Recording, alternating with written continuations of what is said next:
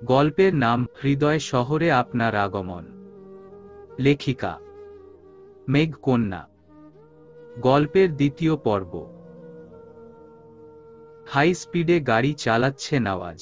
রাগে হাত পা কাঁপছে, চোখগুলো যেন হিংস্র জানোয়ারের ন্যায় হয়ে আছে। অতি রাগের ফলে কপালের মাঝ বরাবর রগ ফুটে উঠেছে। বেশ কিছুক্ষণ যাবৎ একটা গাড়িকে ফলো করছে নওয়াজ। সে গাড়িতে সে স্পষ্ট নীরকে দেখেছে। বিকাল বেলা বাজার থেকে নানু বাড়িতে ফিরছিল নওয়াজ। হঠাৎ পথে দেখতে পায় এক গাড়িতে কিছু লোক নীরকে টেনে ভেতরে নিল। নওয়াজের বুক ধক করে উঠল। করা এমন করছে? কে নীরকে এমন ভাবে নিয়ে যাচ্ছে? নওয়াজ দেরি না করে সেই গাড়িকে ফলো করতে লাগল। গাড়ি যাচ্ছে তো যাচ্ছেই, থামার কোন নাম নেই। বিকাল গড়িয়ে সন্ধ্যা, রাত হয়ে এসেছে। নওয়াজ খেয়াল করল এই পর্যন্ত তারা দুটো গ্রাম পেরিয়ে এসেছে। আর যতই যাচ্ছে শুধু মাঠ আর মাঠ। একদম খোলা জায়গা। নীর নিভু নিভু চোখে সামনে তাকালো। অন্ধকার রুমে একটু আলো দেখা যাচ্ছে। নাকে কেমন স্যাঁতো স্যাঁতে গন্ধ বাড়ি খাচ্ছে। মাথা কেমন ঝিম ঝিম করছে। চোখে মুখে যেমন ঘোলা দেখছে। সামনে তাকিয়ে হকচকিয়ে গেল। নীর এবার নিজের দিকে তাকালো। গায়ের ওড়না নেই। তখনই বুক ধক করে উঠল। কিছুক্ষণ আগের কথা। নীরের বাবা গত হওয়ার আজ 2 দিন। বিকাল বেলা নীর বিষণ্ণ মন নিয়ে চলে আসে নদীর পারে। অন্য এক প্রশান্তি অনুভব হয় এই নদীর পারে আসলে। আগে বাবার সাথে আসতো, একসাথে বসে মাছ ধরত। এছাড়াও প্রায় সময় নীরের মন খারাপ থাকলে এখানেই চলে আসতো। আজও সেই মন খারাপ নিয়ে চলে এসেছে কিছু সময় একা কাটাতে, নিরিবিলি পরিবেশে নিজের মন হালকা করতে। নদীর স্রোতের দিকে এক দৃষ্টিতে তাকিয়ে আছে নীর। চোখ দিয়ে জল গড়িয়ে পড়ছে। এই স্রোতের মতো সময় চলে গিয়েছে আজ 2 দিন হলো। আজ 2 দিন বাবাকে দেখা হয় না। হয়তো আর দেখা হবে না। কোনো দিন ছুঁয়ে দেয়া হবে না, জড়িয়ে ধরা হবে না। বরাবর নীর তার বাবার কাছে শিখেছে যে কোনো পরিস্থিতিতে শক্ত থাকতে। এই যে এই 2 দিন বাসায় কেঁদেছে কম, মা ও বোনকে আগলে নিয়েছে। কারণ সে জানে সে যদি ভেঙে যায় মা ও নয়না আরো বেশি ভেঙে পড়বে। তাই নিজেকে ধরে রেখেছিল, কিন্তু এখন আর ধরে রাখতে পারছে না। বেশ কিছুক্ষণ অতিবাহিত হয় নীরের অশ্রু বিসর্জনে। নীর নিজেকে সামলে নেয়। কানে কয়েক জোড়া জুতার আওয়াজে নীর পিছে তাকায়। চোখে মুখে বিরক্তির ছাপ স্পষ্ট হয়, সাথে ভয়ও কাজ করে। এই জায়গাটা একটু নিরিবিলি, বলা চলে মানুষের আনাগোনা কম। নীর পাখি, তোমার কি মন খারাপ? দেহ আমি আইসি আমার নীর পাখির জন্য। আমার সাথে সময় কাটাও, মন ভালো হইব। জুনায়েদের কথায় নীরের বিরক্তি ভাব আরো বেড়ে গেল। অতপর শান্ত গলায় বলল, আমার মন ভালো করার জন্য আপনার সাথে সময় কাটানোর প্রয়োজন নেই। নীর এক পা আগে বাড়াতেই জুনায়েদ বাধা দিল। ঠোঁটে বিশ্রী হাসি ফুটিয়ে বলল, নীর পাখি, এত দেমাগ কেন তোমার? একটু বসো, তোমার সাথে 2টা কথা কই। তুমি আমার ঘায়ে মলম লাগাও আর আমি তোমার ঘায়ে মলম লাগাই। 2জন দুইজনার সাথে একটু মিশি। দেখুন, আমার বাসায় যেতে হবে। যেতে দিন আমায়। আপনি আপনার মতো থাকুন, আমাকে আমার মতো থাকতে দিন। আপনি অযথা বাড়াবাড়ি করবেন না। এবার জুনায়েদ নীরের হাত ধরল। নীর হাত ছড়িয়ে ঠাস করে চর বসিয়ে দিল। এসব বেয়াদবকে 2-4টা চর না মারলে হয় না। কিন্তু পরক্ষণেই জুনায়েদ নীরের গাল চেপে ধরে বলল, শালি, এত কিসের দেমাগ তোর? তুই আমারে আগেও চর দিছস, কিন্তু তোরে ছাইরা দিছি। মনে করেছিলাম তোর লগে একটু কথা কমু, কিন্তু না, তুই আবার আমারে চর মারলি। তোরে এখন বুঝামু আমি কি জিনিস। বলেই তার পাশে দাঁড়ানো এক ছেলেকে চোখে ইশারা করল।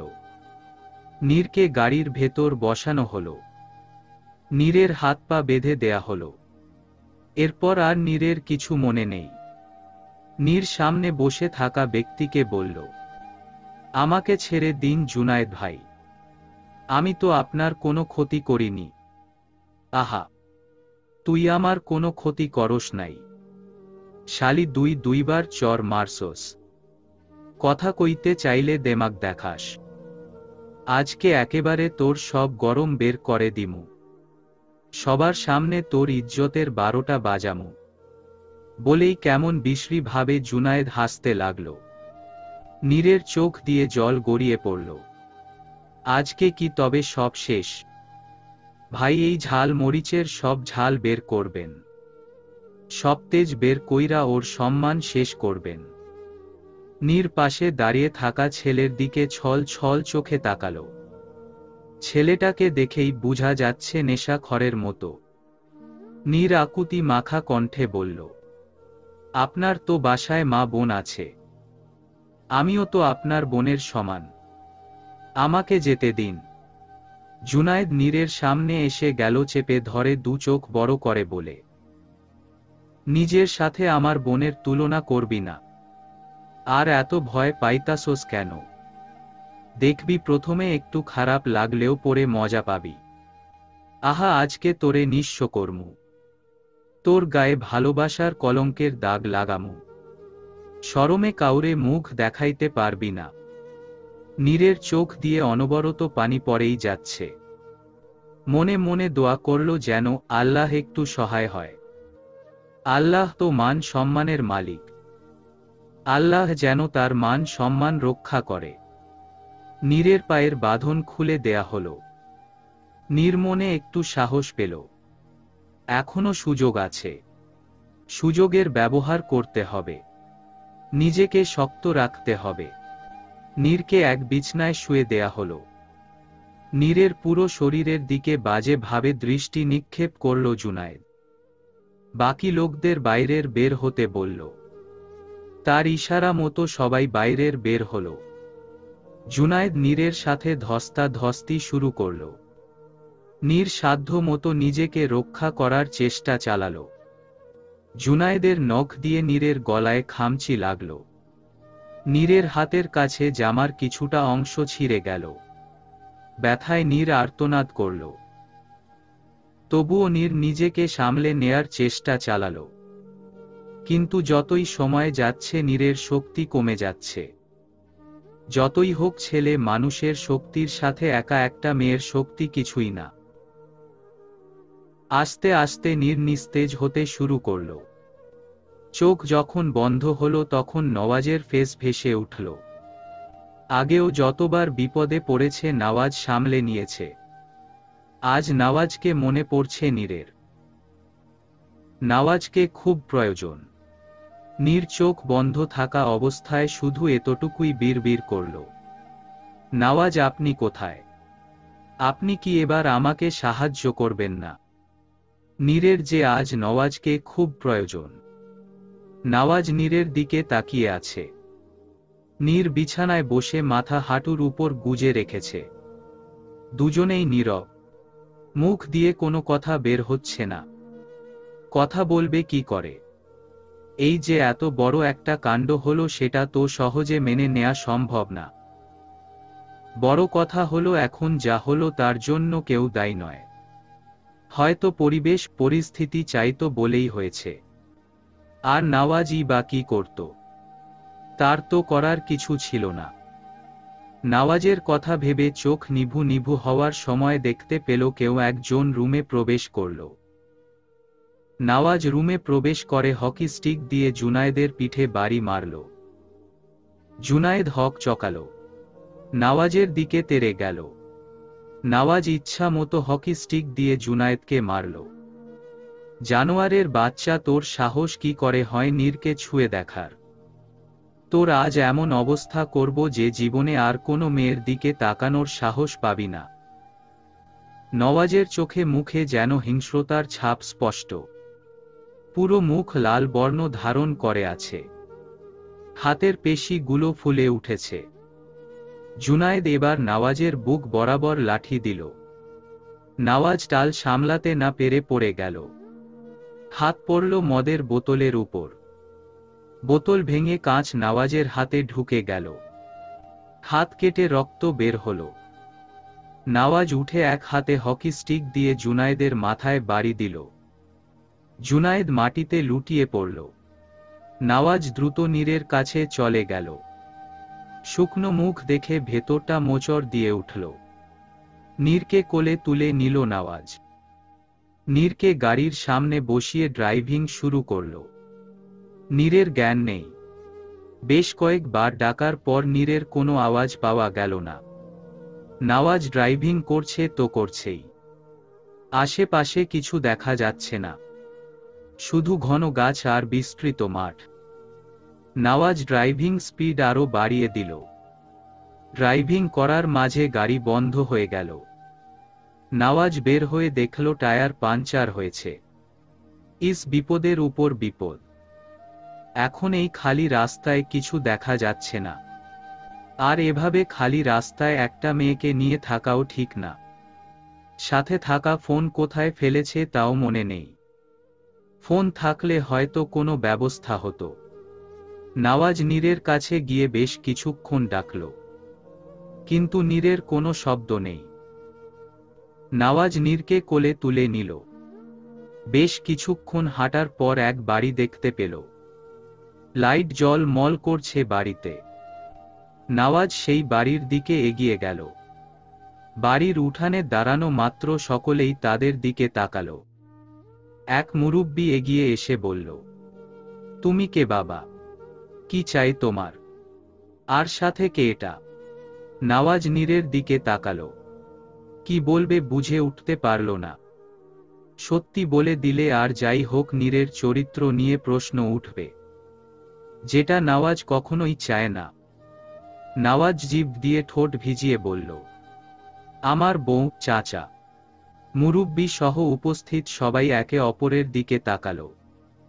তার কথা কেউ বিশ্বাস করল কি না তা নওয়াজ বুঝতে পারল না। তাদের চুপ থাকা দেখে নওয়াজ বলল, আমার একটু সাহায্যের প্রয়োজন। আমার স্ত্রী অচেতন অবস্থায় আছে। তার একটু। নওয়াজের কথা শেষ হওয়ার আগেই মুরুব্বি চাচা নওয়াজকে ঘরে যাওয়ার জন্য বললেন। রুমে প্রবেশ করে বিছানার উপর নীরকে শুইয়ে দিল। ঘরে উপস্থিত থাকা এক মহিলা নীরের গায়ে চাদর জড়িয়ে দিল। বেশ কিছুক্ষণ পর নীরের জ্ঞান ফিরল। নীরের মাথার কাছেই নওয়াজ বসেছিল। নীর চোখ খুলে অচেনা জায়গা ও মানুষ দেখতে পেয়ে কেঁদে দিল।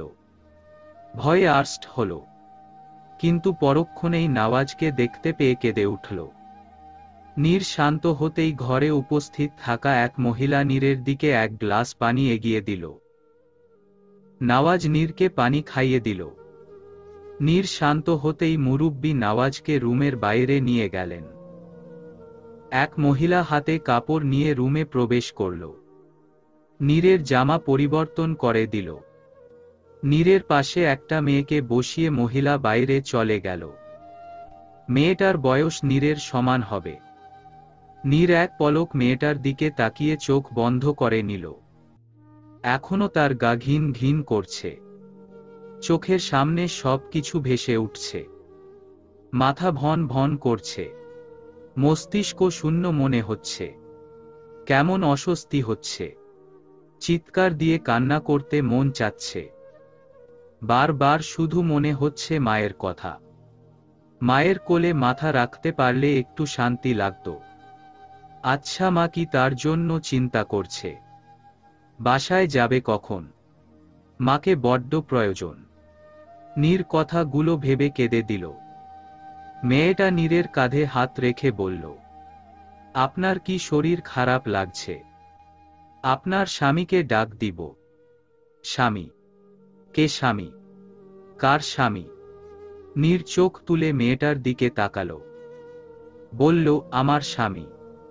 মেয়েটা বলল, কেন, ওই যে সুন্দর ভাইয়াটা আপনার স্বামী হয়, তাই না? ভাইকে ডাক দিব। নীর কিছু বলল না, চুপচাপ থাকল। বাবা, তোমারে দেইখা ভালো ঘরের পোলা মনে হইতাসে, দেখতে শুনতে ভালো। মায়াটা কি আসলেই তোমার বউ?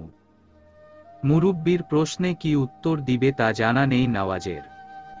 সে জানে মিথ্যা বলা ঠিক না, কিন্তু এটা জানে যে এখন সত্যি বললে আর কোনো প্রশ্ন উঠুক বা না উঠুক, ঠিক নীরের চরিত্রের ওপর প্রশ্ন উঠবে। তাই নিজেকে সামলে নিয়ে বলল, জি চাচা, সে আমার বউ। আমি মিথ্যা বলবো কেন? তা তুমি এত রাইতে কই গেছিলা? তোমার বউয়ের এই অবস্থা কেন? আসলে চাচা, আমরা একটু ঘুরতে বের হয়েছিলাম, রাস্তায় কিছু খারাপ মানুষের কাছে পড়ে যাই, নিজেদের জান হাতে নিয়ে কোনো রকম পালিয়ে এসেছি। মুরুব্বি নওয়াজের দিকে তাকালো। মুরুব্বির তাকানো কেমন ভাবলেশহীন। নওয়াজ বুঝতে পারল মুরুব্বি তার কথায় অত একটা বিশ্বাস করতে পারলেন না। নওয়াজের মাথা কাজ করছে না যে কি করলে মুরুব্বিকে বিশ্বাস করাতে পারবে। তবুও শান্ত গলায় বলল, চাচা, আমার উপর বিশ্বাস করতে পারেন। মুরুব্বি কিছু বলল না। বেশ কিছুক্ষণ পর বলল, আমি তোমার আর তোমার বউয়ের আবার বিয়ে দিতে চাই।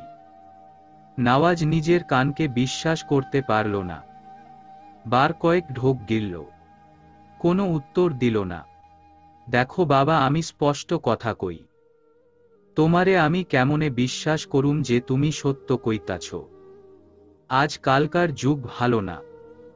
আর তোমার বউরে আবার তোমার লগে বিয়া দিমু, এখানে তো ভাবনার কিছু নাই। নওয়াজ দুঠোঁটে উচ্চারণ করে, আমি রাজি চাচা। মুরুব্বির কথা মতো রুমে চলে আসে নওয়াজ। মুরুব্বি কাকে যেন ডাকতে গেছেন। পুরো ঘটনা নীরকে বলল নওয়াজ। নীর কি বলবে ভাষা খুঁজে পাচ্ছে না, চুপচাপ বসে থাকে। আসলে একের পর এক ধাক্কা নীর নিতে পারছে না। কি হচ্ছে তার জীবনে এগুলো? মুরুব্বি তার সাথে আরো একজন মুরুব্বি নিয়ে রুমে প্রবেশ করল। সাথে আরো কয়েকজনের প্রবেশে রুম পুরো ভরে গেল। নওয়াজ বুঝতে পারল মুরুব্বির সাথে যে লোক এসেছেন তিনি কাজী।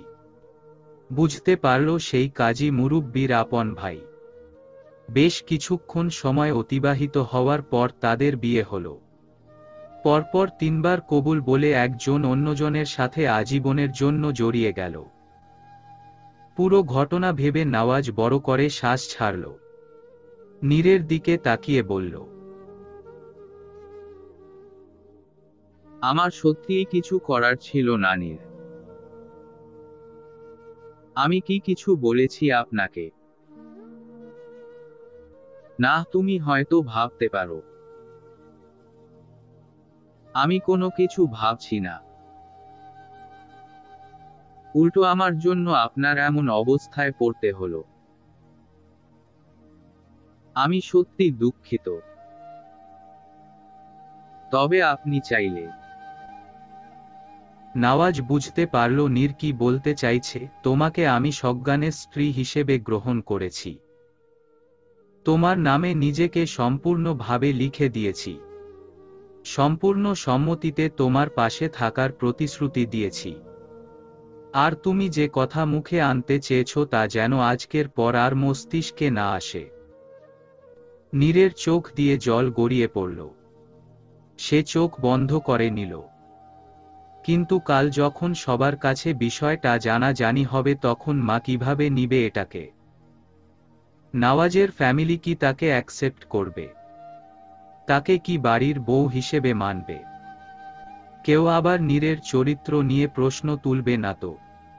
না, নীর আর ভাবতে পারছে। মাথাটা ব্যথায় ফেটে যাচ্ছে। কিছুক্ষণ পর তার পাশে কারো অস্তিত্ব বুঝতে পারল। চোখ খুলে দেখল নওয়াজ পাশে বসে আছে। নওয়াজ নীরের চোখের পানি মুছে দিল। দুগালে হাত রেখে বলল, এত কিছু ভাবতে হবে না তোমার, যা হবার পরে দেখা যাবে, একসাথে সামলে নিব।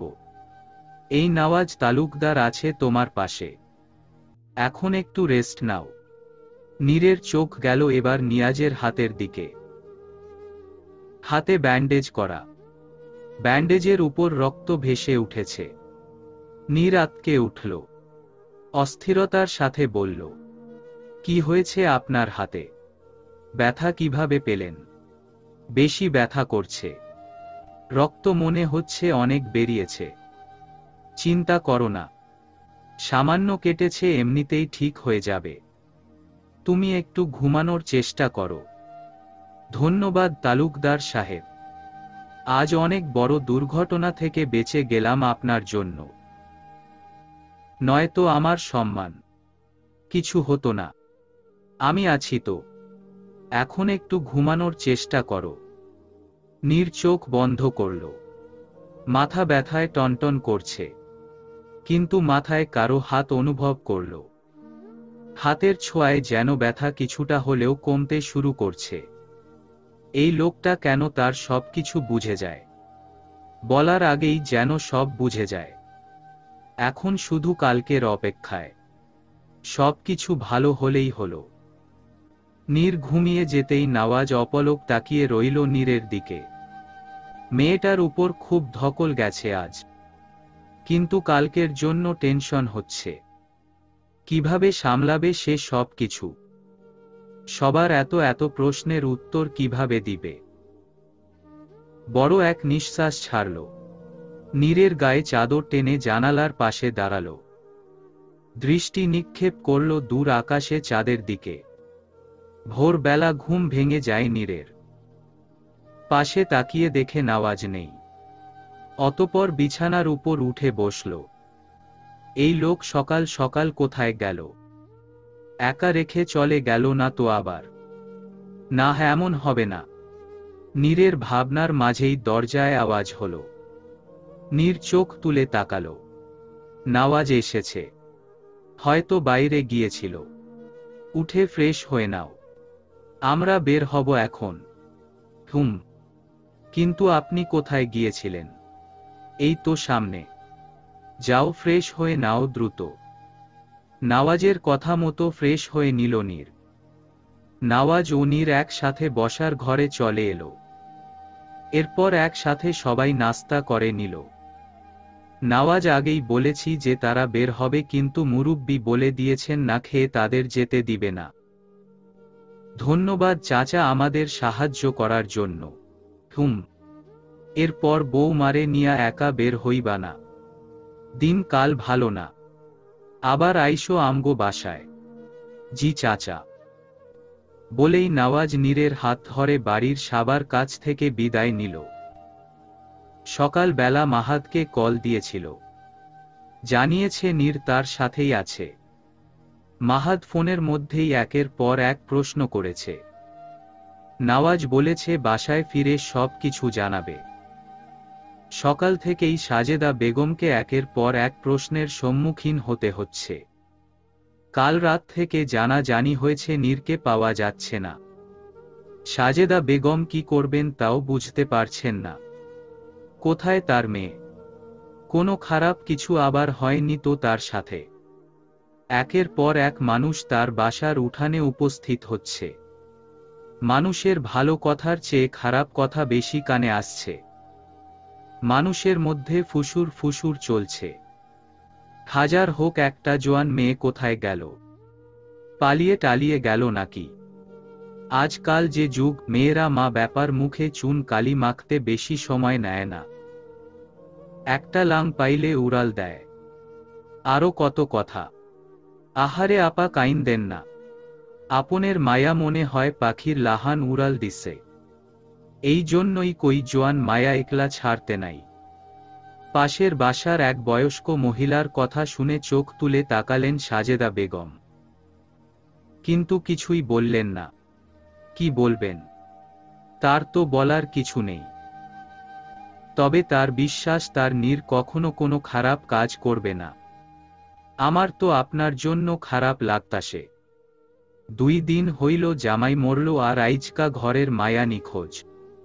হায় রে দুনিয়া, আহারে আপা, একটা কথা কই, মন খারাপ কইরেন না। আপনার মায়া মনে হয় ভাইগা গেছে।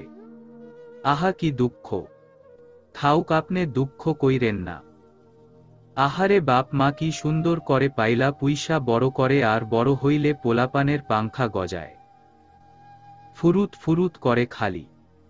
আমি তো নীরকে ভালো মনে করেছিলাম, এখন দেখি নীরও আর 10টা মায়ার মতোই। তাদের কথার মাঝেই উপস্থিত হলেন নীলিমা বেগম। মহিলার কথা শেষ হওয়ার আগেই বলেন, না জেনে কারো মেয়ের নামে কিছু বলা ঠিক না। আপনি কি জানেন নীর পাখির মতো উড়াল দিয়েছে, না ভেগে গেছে। না জেনে কোনো কথা বলবেন না। আগে সত্য জানুন, তারপর না হয় বাকি কথা হবে। নীর এক পা করে বাড়ির দিকে এগিয়ে যায়। সাজেদা বেগম মেয়েকে দেখে জড়িয়ে ধরেন। উপস্থিত সবাই অবাক হয়। তাদের ফুসুর ফাসুর চলা তবুও বন্ধ হয় না। তুই কোথায় ছিলি মা? তুই আমারে না বইলা কই গেছস? দেহনীরের মা, তোমার মায়ারে ভালো কইরা জিগাও কই গেছিল। এক রাত বাড়ির বাইরে পার করেছে, না জানি আবার কারো লগে। নীরের চোখ দিয়ে পানি গড়িয়ে পড়ল। সে জানতো এমন বাজে কথার সম্মুখীন হতে হবে তাকে। সবাই তার চরিত্র নিয়ে প্রশ্ন তুলবে। বৃদ্ধ মহিলা আর কোনো কথা বলতে পারলেন না। কারো ভরাট কণ্ঠে চুপ হতে বাধ্য হলেন। আমার বউ আমার সাথে ছিল। আর স্বামীর সাথে বাইরে কোথাও যাওয়া কিংবা বাড়ির বাইরে রাত কাটানো নিশ্চয়ই কোনো পাপের কাজ নয়। নওয়াজ এগিয়ে এসে নীরের হাত ধরে বলল। চোখ মুখ লাল, সাথে নাকের ডগাও রাগে লাল হয়ে আছে।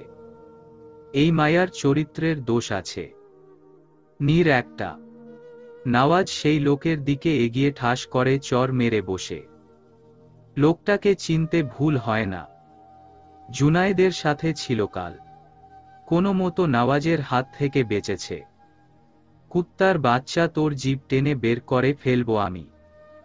আর একটা কথা, যদি তুই আমার বউকে নিয়ে বলেছিস তো তোকে আমি জিন্দা কবর দিব, শালা জানোয়ার। আর একবার তুই তোর নিকৃষ্ট মুখ দিয়ে নীরের নামে কোনো কথা বলবি তো এই জায়গায় তোকে পুঁতে ফেলব।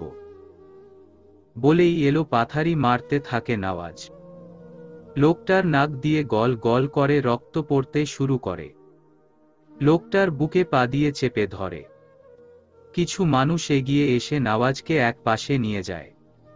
আমার বউয়ের চরিত্রের কোনো দোষ নেই। যে আমার নীরকে নিয়ে কোনো বাজে কথা বলবে তাকেই এই নওয়াজ তালুকদারের মুখোমুখি হতে হবে। উপস্থিত সবাই একে অপরের দিকে দৃষ্টি নিক্ষেপ করে। মাহাদ নওয়াজকে মাথা ঠান্ডা করতে বলে। সবাই নওয়াজের এই ভয়ঙ্কর রূপ দেখে চমকে যায়। এত রাগ কখনো কেউ দেখেনি। আজ যেন অতিমাত্রায় রেগে গিয়েছে নওয়াজ। চোখে মুখে যেন আগুন উপচে পড়ছে। চোখের আগুনে যেন সব লণ্ড ভণ্ড করে দিবে। পরিস্থিতি এখন একটু স্বাভাবিক। দুই পরিবারের সবাই সব কিছু শুনে স্তব্ধ। কে কি বলবে কিছুই খুঁজে পাচ্ছে না। সকলেই নীরের বাসায় বসে আছে। নিজাম তালুকদার বলেন, এই বিয়ে আমি মানি না। বিয়ে কি বললেই হলো নাকি? যার তার সাথে কি আমার ছেলের বিয়ে মেনে নিব নাকি? নিজাম তালুকদারের কথা শুনে অপমানে মুখ লাল হয়ে যায় সাজেদা বেগমের। মাথা নুইয়ে ফেলেন তিনি। কি বলবেন কিছুই ভেবে পান না। আপনাদের মেয়ে আপনি রেখে দিন। আমরা এই বিয়ে মানি না। পরিস্থিতি আরও একটু ঠান্ডা হলে কিছু দিন পর ডিভোর্স পেপার পেয়ে যাবেন, সাথে মোটা অঙ্কের টাকা। সাজেদা বেগম কি বলবেন তা খুঁজে পান না। তার কি বলা উচিত? সে নওয়াজের দিকে ও নীরের দিকে চোখ তুলে তাকান। নীর মাথা নিচু করে বসে আছে। নওয়াজ ও চুপ করে আছে। অতঃপর নিজেকে শক্ত রেখে নীরের হাত ধরে বলেন, মাফ করবেন ভাইজান। আমার মেয়ের জন্য আপনাদের ছেলের এত কষ্ট করতে হলো। আপনাদের সম্মানে প্রশ্ন উঠল। আমি দুঃখিত। নওয়াজ বাবা, তোমার কাছে আমি আজীবন ঋণী। তুমি আমার মেয়ের ইজ্জত বাঁচাইছো। তোমার ঋণ আমি কোনো দিন ভুলুম না। আমি সবার কাছেই মাফ চাই। তিনি কখনোই চান না তার মেয়ে কারো উপর বোঝা হিসেবে থাকুক। যেখানে ছেলের বাবা রাজি না সেখানে কিভাবে কি? নীর মায়ের দিকে একবার তাকায় তো আরেকবার নওয়াজের দিকে। নওয়াজের প্রতি অদ্ভুত অনুভূতি হচ্ছে। নওয়াজ কি আসলেই শুধু পরিস্থিতির জন্য তাকে বিয়ে করেছে? নওয়াজ কি তাকে রেখে চলে যাবে? আচ্ছা, সে নিজে কি নওয়াজের কাছে থেকে যেতে চায়? চাইবেই বা না কেন? সে তো এখন নওয়াজের বউ। ধর্মীয়ভাবে সে নওয়াজের বাগদত্তা স্ত্রী। মনের মধ্যে কেমন ঝড় হচ্ছে। নওয়াজ কি সত্যি সত্যি তাকে রেখে যাবে? নীরের ভাবনার ছেদ কাটে। নওয়াজ গম্ভীর কণ্ঠে বলে, প্রথমত আপনি মাফ চাইবেন না আম্মা। দ্বিতীয়ত, বিয়ে যেভাবেই হোক, নীর আমার বউ, মানে তালুকদার বাড়ির বউ। আমি নিজের ইচ্ছায় কাবিন নামায় সাইন দিয়েছি। নিজের ইচ্ছায় তাকে আমার স্ত্রী রূপে গ্রহণ করেছি। আর কেউ বিয়ে মেনে নিক আর না নিক, এটাই সত্য। আর হ্যাঁ, এটা কখনো বদলে যাবে না যে নীর আমার বউ। সবাই নওয়াজের দিকে তাকায়। নীলিমা বেগমের ঠোঁটে হাসি ফুটে উঠে। সাজেদা বেগম নওয়াজের কথায় অবাক হন। নওয়াজ আবার বলে, বিয়ে করেছি বউ থেকে দূরে থাকার জন্য নয়।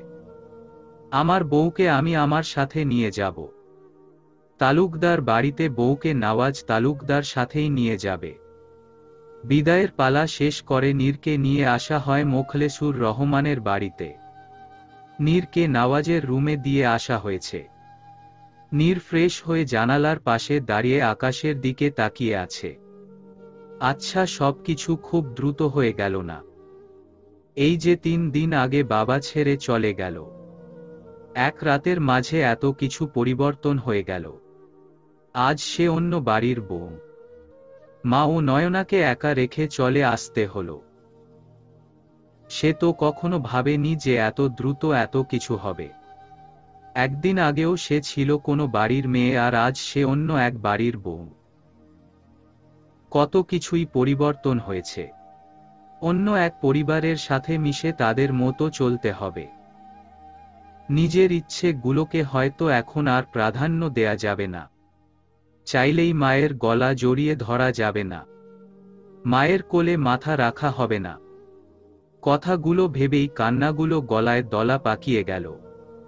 চোখ বুজে কান্না আটকানোর বৃথা চেষ্টা করল। ঠিক সেই সময় কাঁধে কারো হাতের ছোঁয়া পেল। নীর পিছন ঘুরে নীলিমা বেগমকে দেখতে পেল। নীলিমা বেগম নীরের হাত ধরে বিছানায় বসালেন।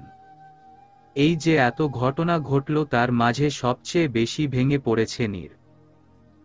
মেয়েটা দুপুরেও কিছু খায়নি। দুপুরের খাবার তারা নীরের বাসায় করেছেন।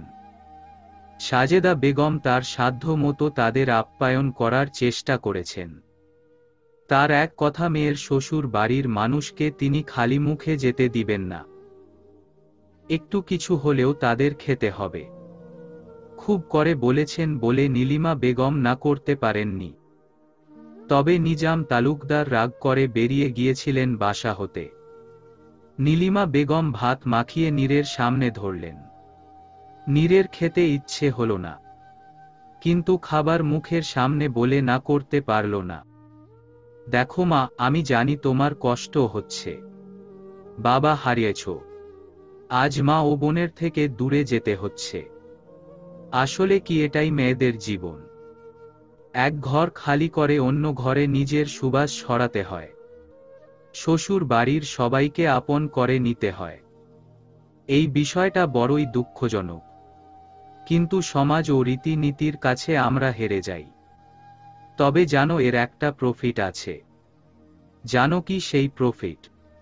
নীর মাথা এদিক সেদিকে করল। অর্থাৎ সে জানে না।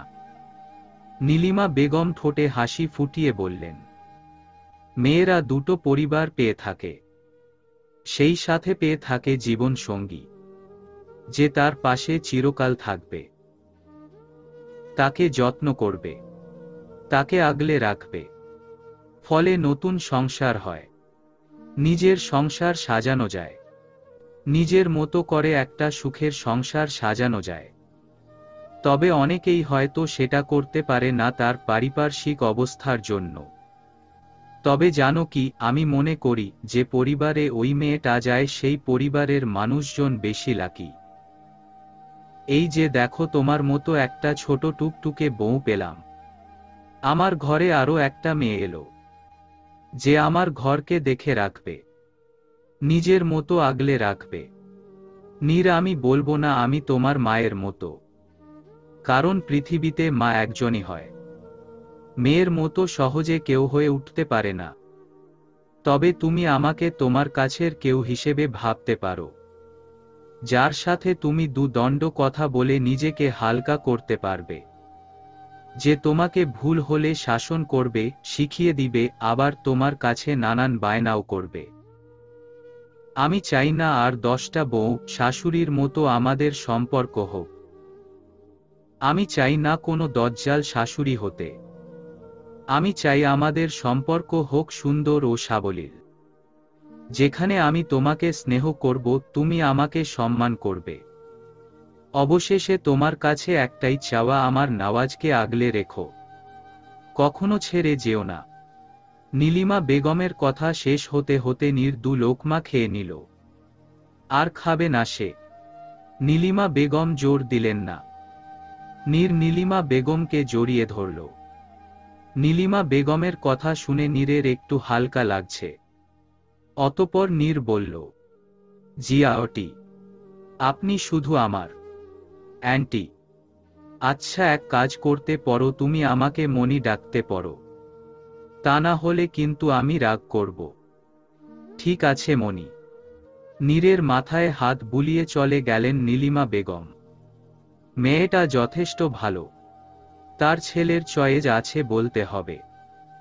তাছাড়া বিয়ে যেভাবেই হোক, তিনি নওয়াজের চোখে নীরের জন্য কিছু একটা দেখেছেন। কিন্তু যাই হোক, আল্লাহর কাছে শুকরিয়া যে ছেলে তার বিয়ে করেছে। এবার তিনি একটু স্বস্তির নিঃশ্বাস নিতে পারবেন, একটু চিন্তা মুক্ত থাকতে পারবেন। সন্ধ্যাবেলা নীরকে নিয়ে বসার ঘরে বসে আছে সাবিহা, সাফা, সানা, আফরা ও নাজিফা।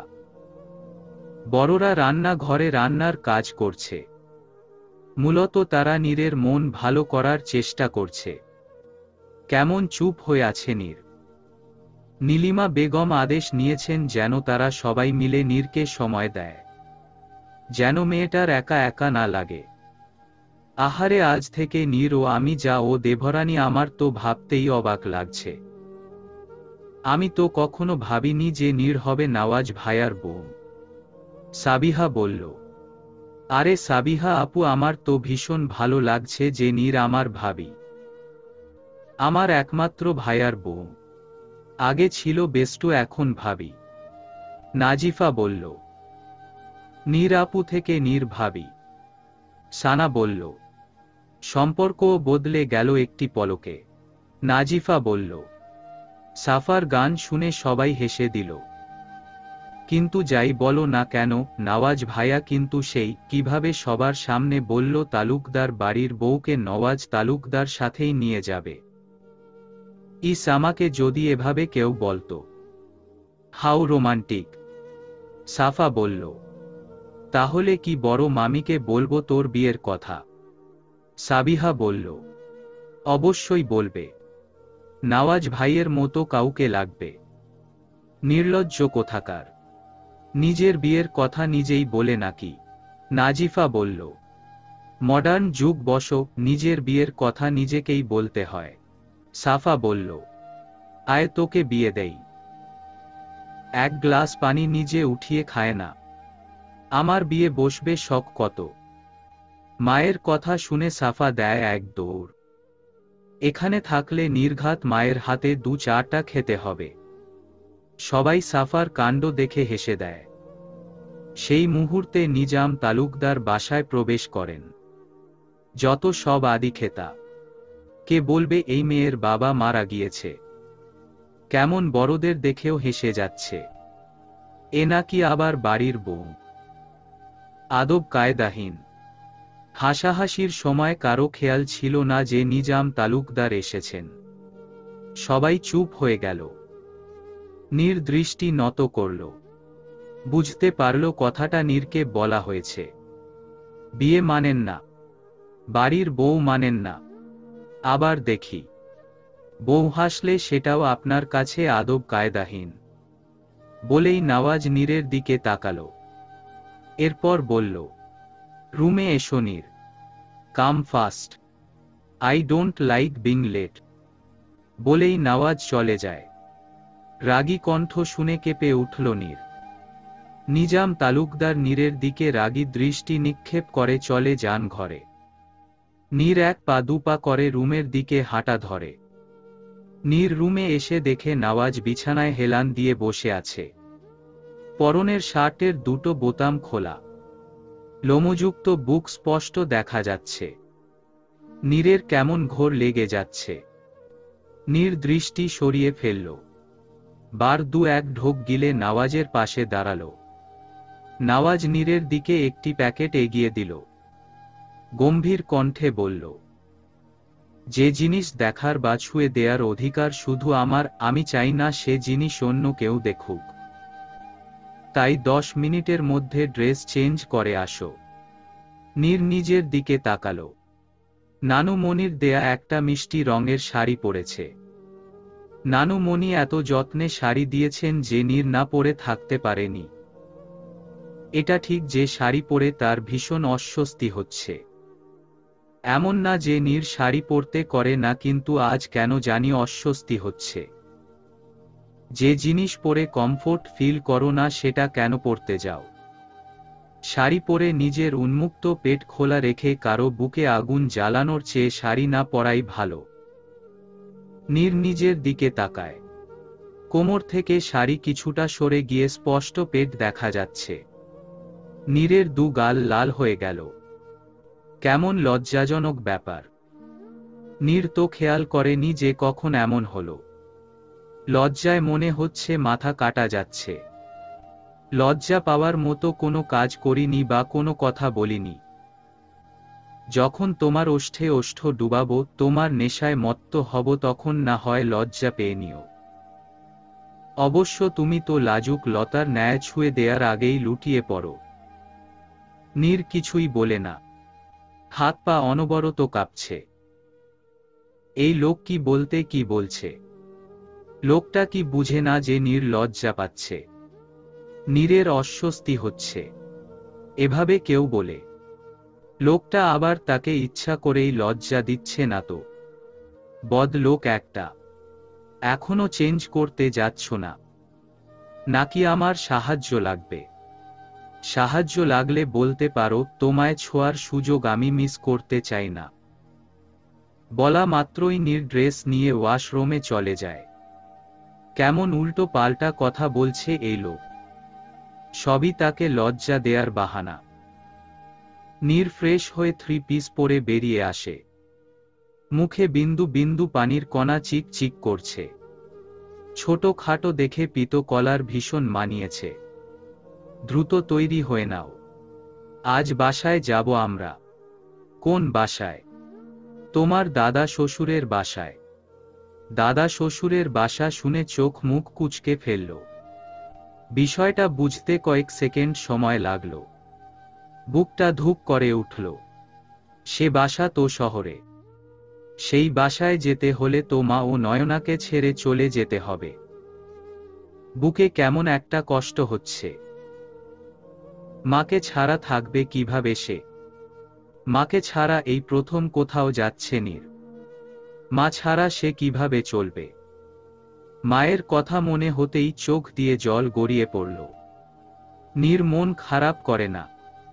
আমরা আবার ফিরে আসব। আম্মার সাথে দেখা করব। তুমি প্রতিদিন ফোনে কথা বলবে। নীর ছল ছল চোখে নওয়াজের দিকে তাকিয়ে থাকে। নওয়াজ এগিয়ে এসে নীরের চোখের জল মুছে দেয়। আচ্ছা, নীর তো নওয়াজকে কিছুই বলেনি। নওয়াজ নীরের মনের কথা জানে কিভাবে? প্রতিবার মনের কথা জেনে যায় কিভাবে? নীরের মনের কথা শুনতে পায় কি করে। বেশ কিছুক্ষণ পর নীর ও নওয়াজ বসার ঘরে উপস্থিত হয়।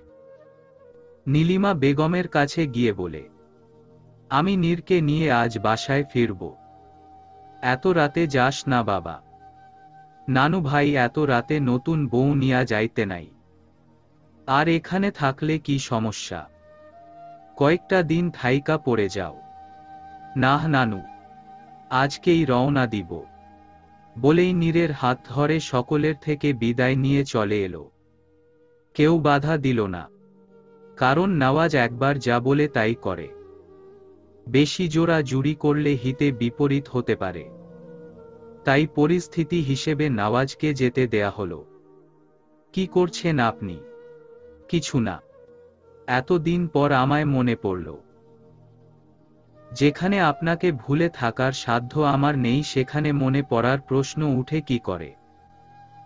আপনাকে দেখার তৃষ্ণায় আমার চোখ দুটো তৃষ্ণার্ত নাজিফা। দিন দিন কবি হয়ে যাচ্ছেন। আপনার কেন মনে হলো যে আমি কবি হয়ে যাচ্ছি? প্রেমে পড়লে মানুষ কবি হয়ে যায়। এই যে আপনি কবিদের মতো গভীর কথা বলছেন। তবে আমি তো প্রেমে পড়িনি। ভালোবেসেছি একজনকে। গভীরভাবে ভালোবেসেছি, যাকে ছাড়া নিজেকে কল্পনা করতেই কষ্ট হয়। এত বেশি ভালোবাসেন আমায়। তোমার প্রতি আমার ভালোবাসার নাই কোনো সীমানা। তুমি বন্ধু ছাইরা যাইও না আমারে একলা। সব সইতে পারলেও সইতে পারুম না তোমার অবহেলা। সব সময় এভাবে ভালোবাসবেন তো? এই প্রশ্নের উত্তর আমার কাছে নেই নাজিফা। তবে এই মন আর কাউকে দেয়া সম্ভব নয়। চাইলেও কাউকে ভালোবাসা সম্ভব নয়। আচ্ছা, এত যে ভালোবাসেন, তবে যদি কোনো দিন আপনার না হই, সব চাওয়া কি পূরণ হয় বলেন? হয়তো এক আকাশ পরিমাণ আক্ষেপ নিয়ে হারিয়ে যাব দূর আকাশে, আপনাকে না পাওয়ার যন্ত্রণাকে বুকের সাথে চেপে।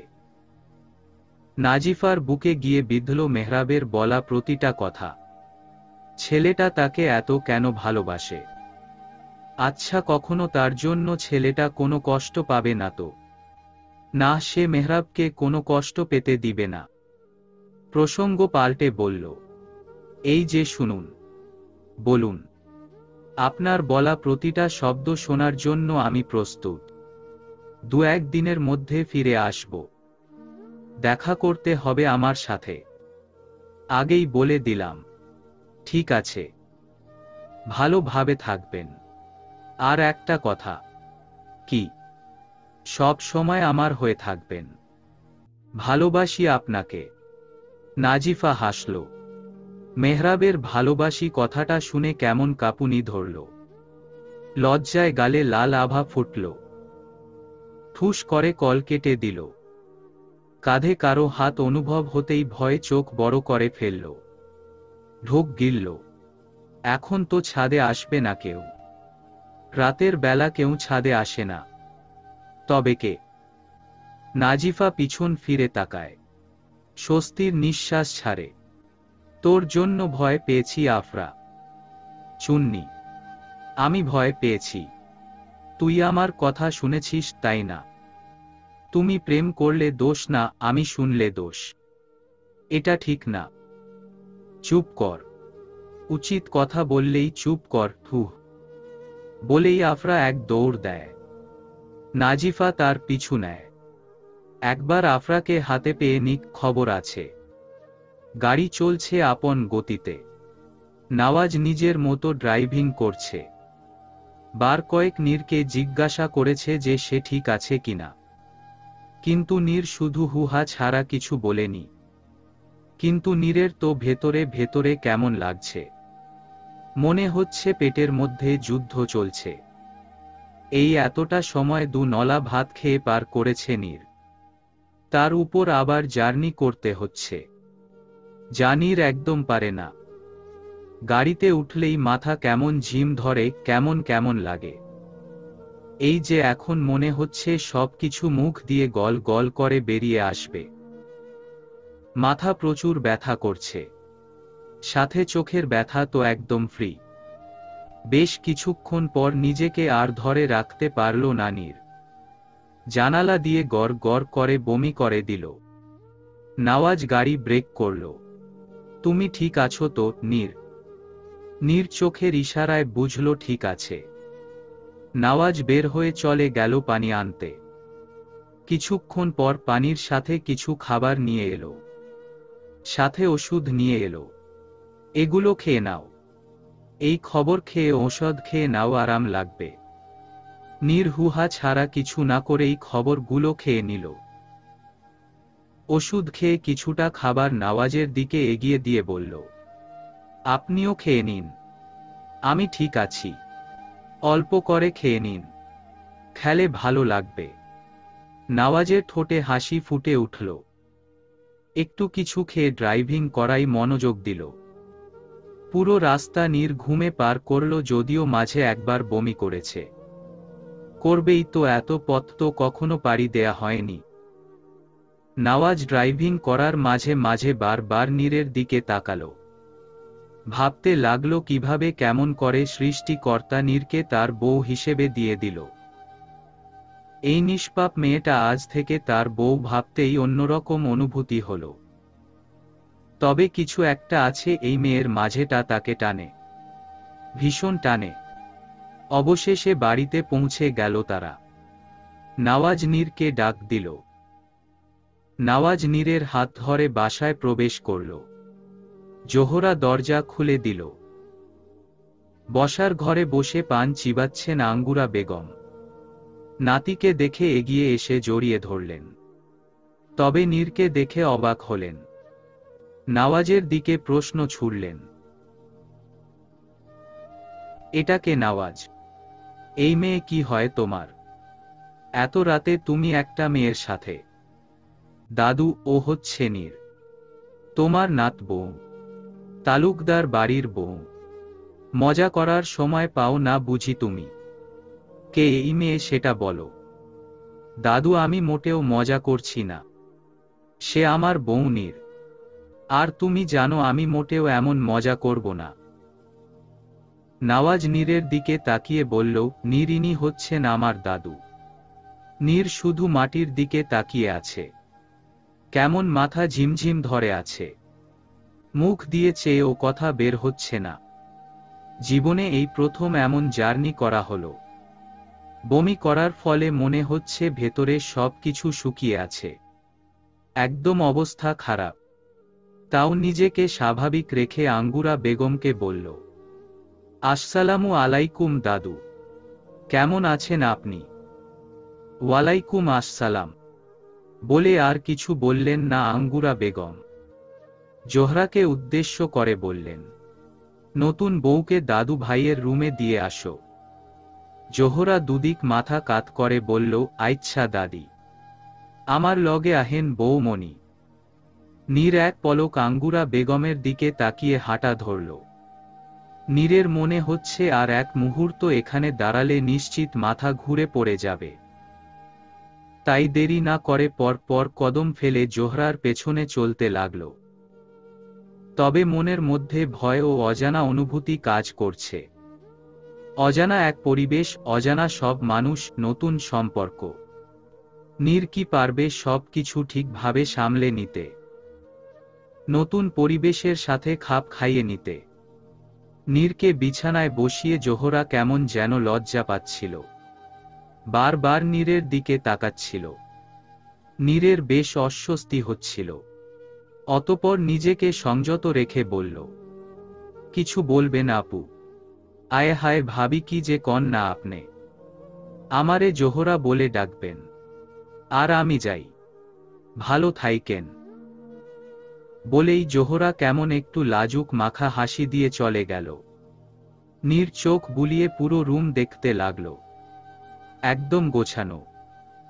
রুমের এক পাশে বিছানা, তার পাশেই পড়ার টেবিল এবং বুক শেলফ। মনে হচ্ছে নওয়াজের বই পড়ার অভ্যাস আছে। পাশেই একদম বড় জানালা।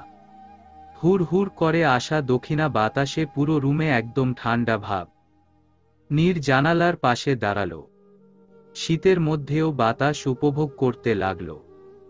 কারো উপস্থিতি টের পেয়ে পিছনে তাকালো নীর। নিভ্র রুমে এসে একদম ওয়াশরুমে চলে গেল। ফ্রেশ হয়ে এসে নূরকে উদ্দেশ্য করে বলল, ফ্রেশ হয়ে এসো নীর।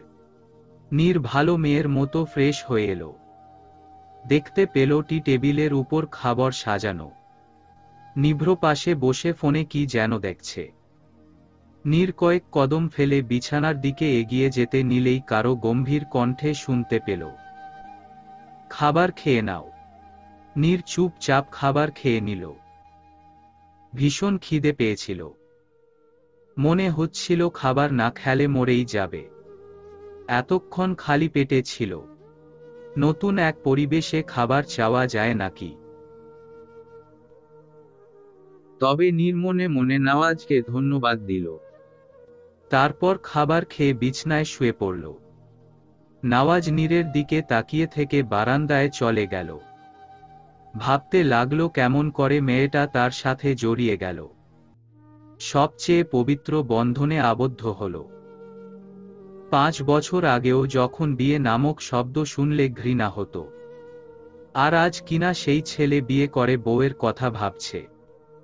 আসলেই সৃষ্টিকর্তা কখন কি করেন সেটা বোঝা যায় না। তবে নওয়াজের সৃষ্টিকর্তার কাছে একটাই চাওয়া, এবার যেন সব ঠিক থাকে। কারণ এবার নওয়াজ ভেঙে পড়লে আর নিজেকে সামলে নিতে পারবে না। ভোরের আলোতে ঘুম ভেঙে গেল নীরের। উঠে ফ্রেশ হয়ে নামাজে দাঁড়িয়ে গেল। নামাজ শেষে নিজের বাবার জন্য দোয়া করল। চোখ দিয়ে জল গড়িয়ে পড়ছে তো পড়ছেই। নিজেকে আজ খুব একা লাগছে। এক নিমিষেই তাকে ছেড়ে বাবা চলে গেল। এত দূর গেল যে চাইলেও আর বাবা তার মাথায় হাত বুলিয়ে দিবেন না, আম্মাজান বলে ডাকবেন না, নিজের হাতে খাইয়ে দিবে না। কেন তার সাথে এমন হলো? কেন আল্লাহ এত তাড়াতাড়ি বাবাকে তার কাছ থেকে নিয়ে গেল? কেন এত তাড়াতাড়ি সে এতিম হলো? আর কেনই এত কষ্ট হচ্ছে তার? আজ যেন এই বাবাহারা মেয়েটার কান্না কেউ যত্নে মুছে দিচ্ছে না। আগে একটু কান্না করলে বাবা কি সুন্দর চোখের পানি মুছে দিতেন। চলতে গেলে হোঁচট খেলে শক্ত করে হাত ধরতেন। কই আজ যে এতটা পথ পাড়ি দিল, কেউ তো সেই বাবার মতো করে হাত ধরল না। আসলে বাবার মতো কেউ হয় না। বেশ কিছুক্ষণ পর আল্লাহর কাছে দোয়া করে নামাজ শেষ করল। নামাজ শেষে পিছন ফিরে তাকাতেই ঘুমন্ত নওয়াজের দিকে চোখ পড়ল। এক পলক তাকিয়ে নিচে চলে গেল। ভাবি, এত সকালে আপনি ঘুমতে উঠছেন কেন? আপনার কিছু লাগবো নাকি? আমার কিছুই লাগবে না, আমি আপনার সাথে কাজে সাহায্য করি। আরে না না, কি যে কন আপনে। আমি নিজের হাতে মেলা কম করবার পারি, তাও আমাকে দিন, আমি আপনাকে সাহায্য করছি। নীরের জোড়া জুড়িতে অবশেষে রাজি হল জোহরা। নীরের দিকে তাকিয়ে এক কাপ চা এগিয়ে দিয়ে বলল, দাদি রে, আফনে এই চাটা দিয়া আহেন। দাদির রুম রান্না ঘরে থাকা, বের হইলে ডান পাশের ঘরটা। নীর চায়ের কাপ নিয়ে দাদির রুমের দিকে এগিয়ে গেল। দরজা হালকা ভেরানো ছিল। দুবার নক করতেই শুনতে পেল, জোহরা চলে আয়। নীর গুটি গুটি পায়ে চায়ের কাপ নিয়ে রুমে প্রবেশ করল। বিছানার উপর বসে কুরআন পড়ছে আঙ্গুরা বেগম। নীর সামনে গিয়ে বল, দাদু আপনার চা। আঙ্গুরা বেগম চোখ তুলে তাকালেন। চোখ মুখের অবস্থা দেখে নীর বুঝতে পারল না তিনি রাগ হয়েছেন নাকি খুশি হয়েছেন। নীর কোনো কথা না বলে পেছনে দিকে পা বাড়াতেই ঝাঁঝালো কণ্ঠ শুনতে পেল, এরপর থেকে জোহরাকে বলবে আমার জন্য চা নিয়ে আসতে। তোমাকে যেন আমার রুমের আশেপাশে না দেখি। নীর শোনা মাত্রই দুপা চালিয়ে রুম থেকে বের হয়ে গেল। চোখে জল চলে এলো। আজ পর্যন্ত এভাবে কেউ কথা বলেনি নীরের সাথে। চোখের জল মুছে রান্নাঘরে যেয়ে দেখল জোহরা মোটামুটি নাস্তার সব কিছু তৈরি করে ফেলেছে। তাই নীর নিজের রুমে চলে গেল। দেখুন নওয়াজের বাবা, আমি আপনার কাছে কিছু চাই না। আপনি শুধু বিয়েটা মেনে নিন। না, এই বিয়ে আমি মানব না। সেই মেয়ের সাথে আমাদের কোনো দিক থেকেই মিল নেই। মিল না থাক, এতদিন পর যে ছেলে বিয়ের জন্য তৈরি হয়েছে তা কি আপনার জন্য যথেষ্ট নয়? না। কোথায় আমার নওয়াজ আর কোথায় সেই বস্তির মেয়ে? নওয়াজের সাথে কি এই মেয়ে যায়? তাছাড়া আম্মার সাথে আমার আগে থেকে নওয়াজের বিয়ে নিয়ে কথা বলা ছিল। তুমি সেটা নিশ্চয়ই জানো। নীলিমা বেগম নিঃশ্বাস ফেললেন। এসব মানুষকে সহজে বুঝানো যায় না, হয়তো তারাই বুঝতে চায় না। অতঃপর নিজেকে সংযত রেখে ঠান্ডা মাথায় বললেন, দেখুন, ছেলে আমার নিজের পছন্দে বিয়ে করেছে, এতে আমার কোনো আপত্তি নাই। আর্নির মেয়ে হিসেবে যথেষ্ট ভালো, তাকে আমি আগে থেকেই চিনি। সবচেয়ে বড় কথা, আমার ছেলে খুশি তো আমি খুশি। বলেই নীলিমা বেগম রুম থেকে বের হয়ে গেলেন। এবার তিনি আর কোনো কথাই বলবেন না। কিন্তু বলতে হবে, ছেলে তার একদম যোগ্য পাত্র খুঁজেছে নিজের জন্য। ঘুম থেকে উঠে পুরো রুমে চোখ বুলালো নওয়াজ। ফ্রেশ হয়ে এসে তৈরি হলো অফিসে যাওয়ার জন্য। নিজাম তালুকদারের নির্দেশ, এখন তার সব কাজ নওয়াজকে দেখতে হবে। বড় ছেলে বলে কথা। তার পাশাপাশি নওয়াজ নিজের বিজনেস শুরু করবে। নওয়াজ তৈরি হতে হতে নীর রুমে প্রবেশ করল। Good morning. কোথায় গিয়েছিলে? নীর ধীর কণ্ঠে জবাব দিল, নিচে গিয়েছিলাম। নীরের উত্তরে চোখ তুলে তাকালো নওয়াজ। তোমার কি কোনো অসুবিধা হচ্ছে এখানে? কোনো অসুবিধা হলে আমাকে বলতে পারো। না না, কোনো অসুবিধা হচ্ছে না। নওয়াজ নীরের কাছে গেল। আমি অফিসে যাচ্ছি, কোনো কিছুর প্রয়োজন হলে জোহরা আপাকে বলবে। আমি তোমার জন্য নাস্তা উপরে পাঠাচ্ছি। বলেই নওয়াজ নীরকে জড়িয়ে ধরল। আর মোলায়েম, ঠান্ডা কণ্ঠে বলল, খেয়াল রাখবে নিজের। বলেই চলে গেল নওয়াজ। নীর ঠায় দাঁড়িয়ে থেকে কিছু সময় অতিবাহিত করে রুম গুছিয়ে নিল। এর মাঝে জোহরা নাস্তা নিয়ে এলে নাস্তা করে গোসল করে নিল। গোসল শেষে বুক শেলফ থেকে সমরেশ মজুমদারের সাতকাহন গল্পের বইটা হতে নিল। স্কুলে পড়াকালীন সময় থেকেই নীরের বই পড়ার অভ্যাস। স্কুল কলেজে ফ্রি টাইম পেলেই লাইব্রেরিতে গিয়ে বই পড়ত। বলা যায় বই পড়া এক প্রকার নেশা ছিল তার। কিন্তু কলেজ শেষ করার পর আর বই পড়ার সুযোগ হয়নি।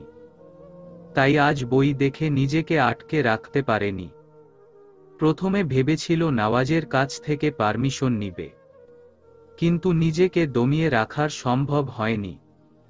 তাই বইটা হতে নিয়ে পড়তে শুরু করল। বই পড়তে পড়তে কখন ঘুমিয়ে গেছে টেরি পায়নি নীর। বেলা 3টা বাজে। নীর চোখ ডলতে ডলতে উঠে বসল। ফ্রেশ হয়ে নিচে চলে গেল। জোহরা বেগমের উদ্দেশ্যে বলল, দাদি কি খেয়ে নিয়েছে? ভাবি, দাদি সব কিছু টাইম মতন করে।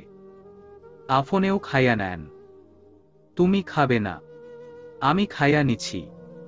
দাদিরে খাওন দিয়া আমিও দাদির লগে খাইয়া নিছি। নীর আর কোনো কথা বাড়ালো না, আপন মনে খেয়ে নিল। খাওয়া শেষে উঠতে গেলে পিছন থেকে শুনতে পেল, বাড়ির বউদের সব কিছু টাইম মতো করতে হয়। এটা এই বাড়ির নিয়ম। নিয়ম কেউ ভঙ্গ করুক তা আমার পছন্দ নয়। নীরের চোখে পানি চিক চিক করে উঠল। নিজেকে সামলে নিয়ে বলল, দাদি এমন আর হবে না। আসলে নীরের কথা শেষ না হতেই আঙ্গুরা বেগম বলে উঠলেন, আমার কথার পরিপ্রেক্ষিতে কেউ কথা বলুক, আমার এটা পছন্দ নয়।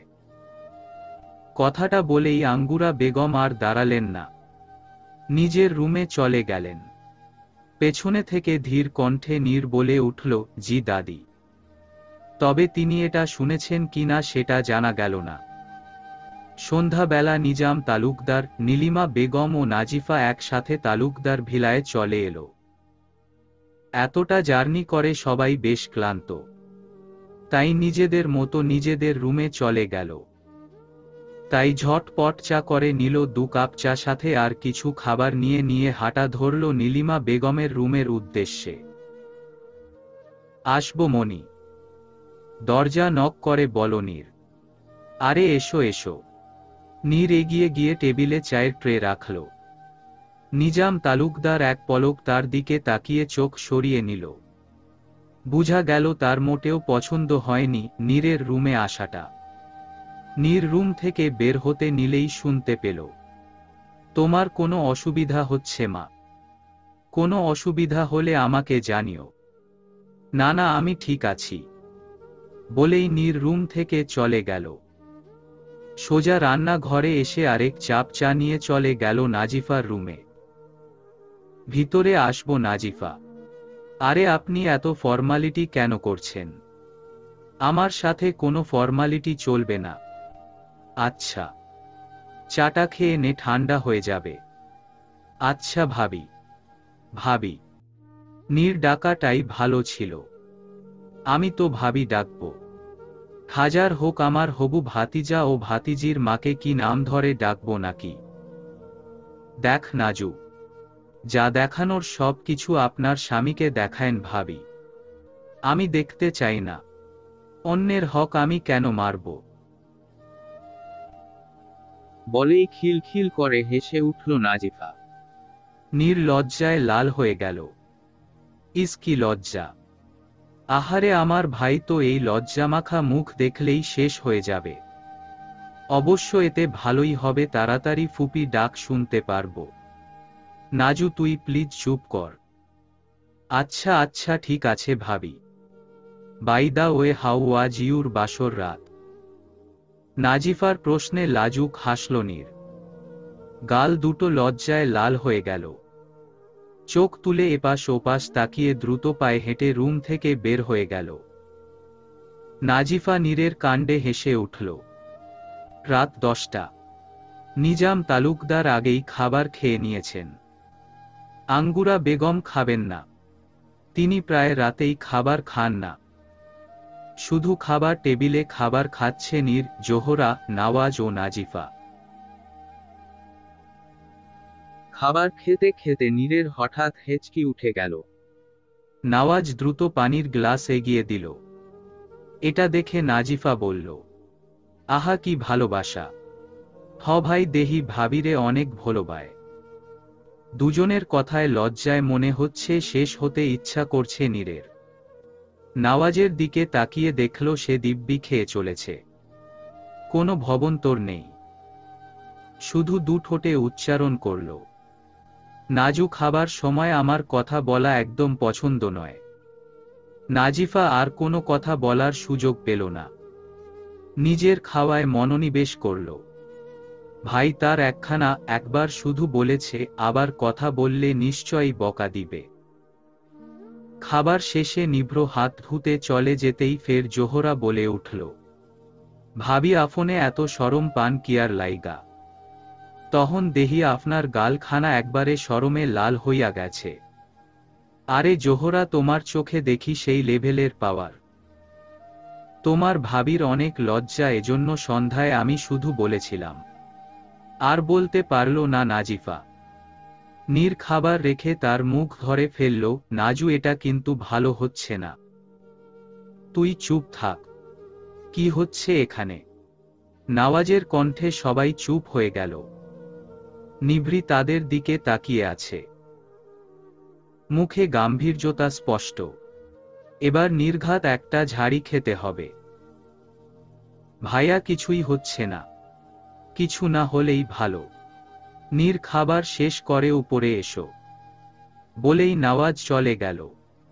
নওয়াজ চলে যেতেই শোনা গেল, আহা আজ আমার কেউ নেই। তা না হলে আমাকেও কেউ বলতো, নাজিফা খাবার শেষ করে উপরে এসো। ইস কি পোড়া কপাল আমার। বলেই নাজিফা হাসতে লাগল। জোহরা তাল মিলিয়ে হাসতে লাগল। মূলত নীরকে একটু লজ্জা দিতে বলেছে।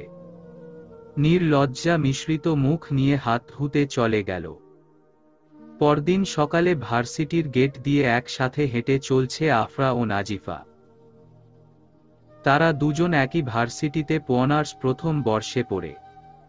ক্লাস শেষ করেই বাড়ির পথে হাঁটছে দুজন। নাজিফার বাসা ভার্সিটি থেকে বেশি দূরে না, তবে আফরাদের বাসা একটু দূরে। নাজিফা নিজের বাসার গলির সামনে আফরা থেকে বিদায় নিল। আফরা একটু সামনে যেয়ে বাস স্ট্যান্ড সামনে দাঁড়ালো। বসে উঠে পুরো বাস জুড়ে চোখ বুলিয়ে বাসের লাস্টের কোনায় বসে থাকা এক ব্যক্তির পাশে খালি সিট পেল। লোকটির দিকে তাকিয়ে রাগে মুখ লাল হয়ে গেল। মনে মনে প্রতিজ্ঞা করল সারা পথ দাঁড়িয়ে যাবে, তাও সেই লোকের পাশে বসবে না। কিন্তু বেশ কিছুক্ষণ পর দাঁড়াতে অসুবিধা হলে সেই জায়গাতেই গিয়ে বসে গেল। আর তখনই লোকটি তাকে দেখে বলে উঠল, আগেই বসতে পারতেন। আফরা চোখ মুখ কুঁচকে ফেলল। রাগী গলায় বলল, কেন? এখানে বসেছি বলেই কি আপনার কোনো সমস্যা হচ্ছে নাকি? আমার সমস্যা হবে কেন? আমি আরো ভাবছি আপনার সৌভাগ্য আমার সাথে বসতে পেরেছেন। After all I am such a handsome man. আরে আরে থামুন। নিজেকে বিশ্ব সুন্দর ভাবা বন্ধ করুন। বিশ্ব সুন্দর না হলে কি আর কেউ চোখ দিয়ে গিলে খায় নাকি? আফরা এবার বুঝে গেল আসল কাহিনী। বাসে উঠার সময় যে এই লোকের দিকে তাকিয়েছিল তা এই লোক বুঝতে পারছে, তাই তাকে কথা শোনাচ্ছে। নিজের কাজে নিজেই লজ্জিত হল।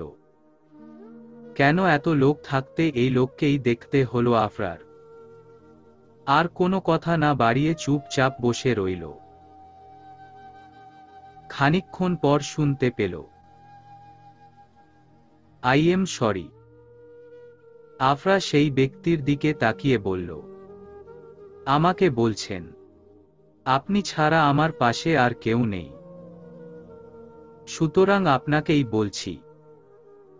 আফরা বুঝল সেই ব্যক্তি কেন তাকে সরি বলছে, তাও যাচাই করতে বলল, সরি কেন বলছেন?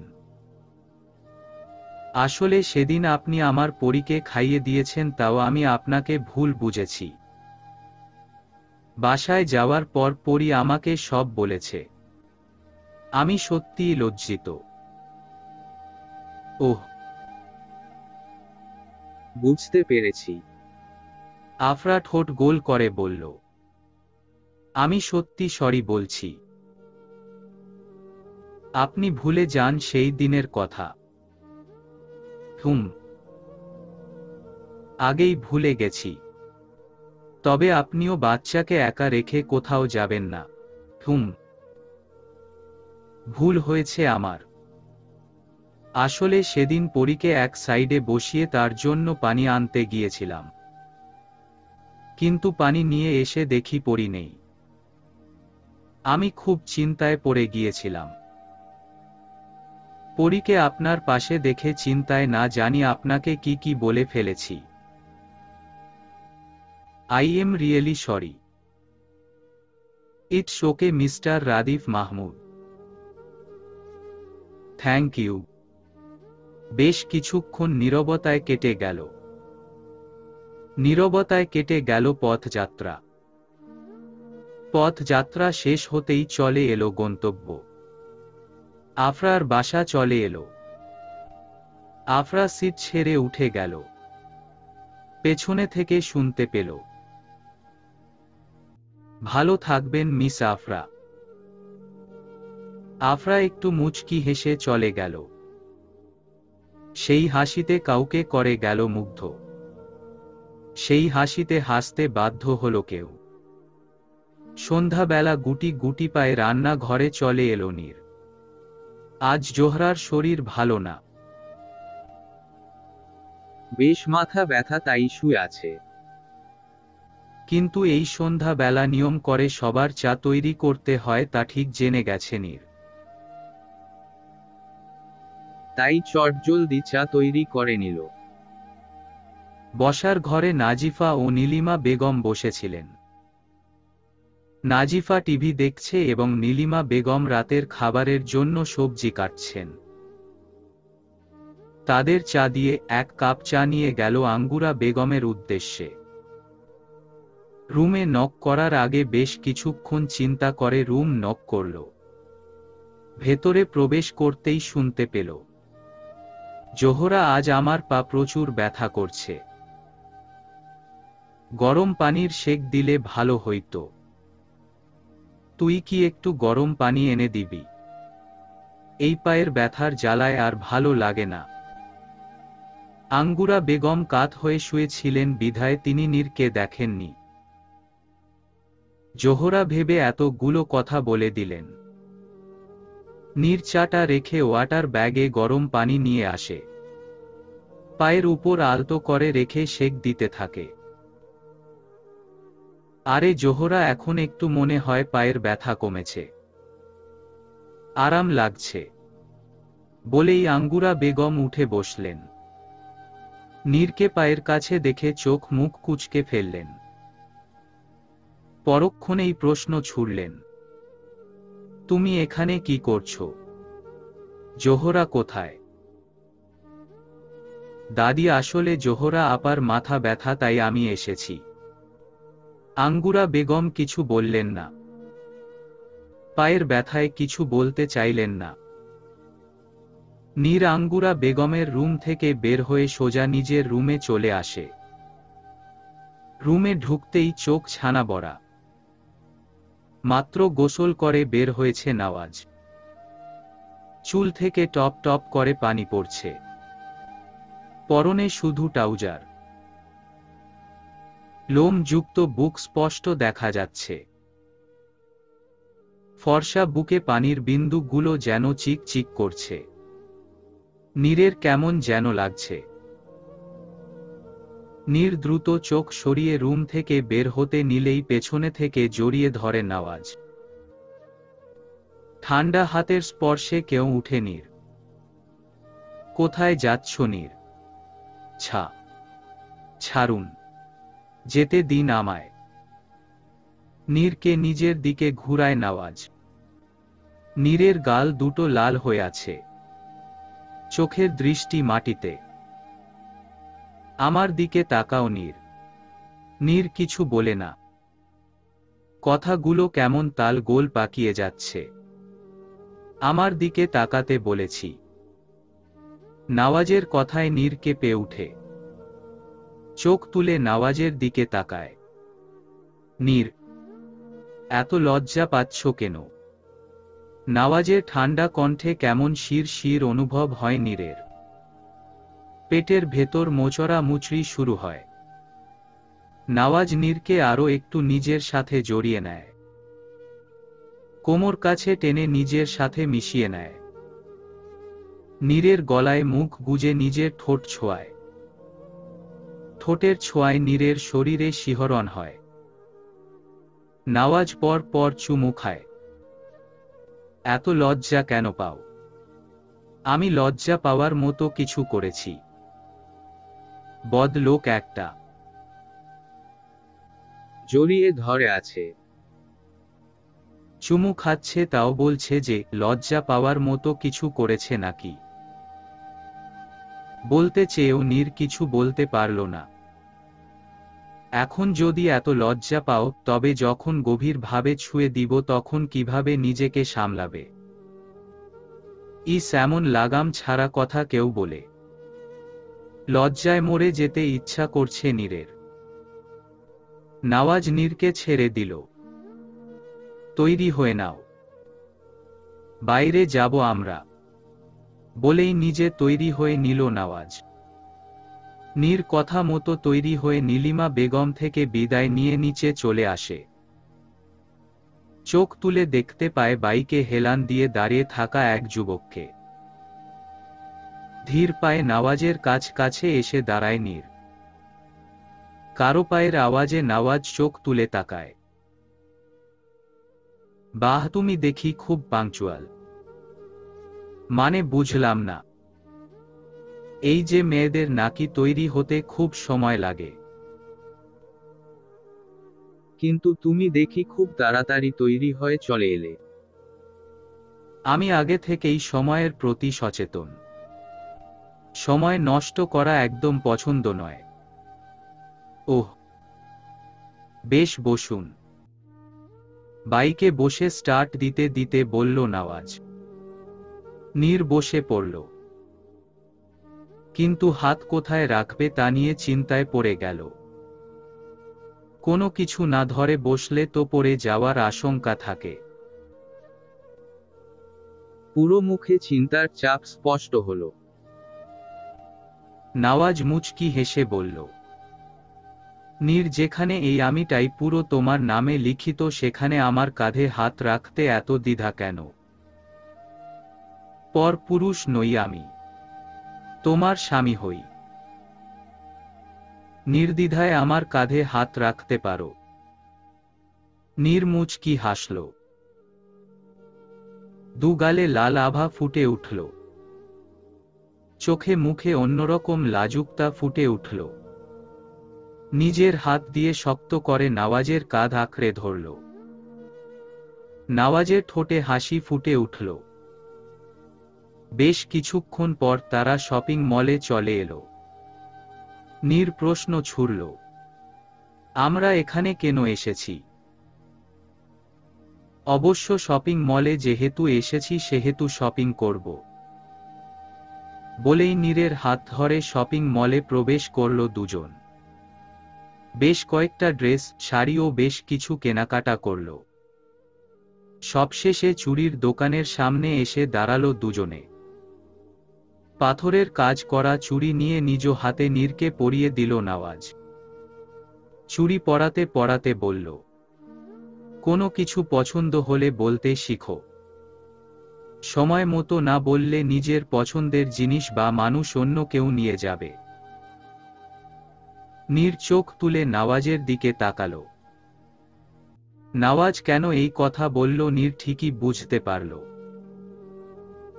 আসলে তখন শাড়ি কেনার মাঝে এই চুড়ির দিকে চোখ আটকে যায় নীরের।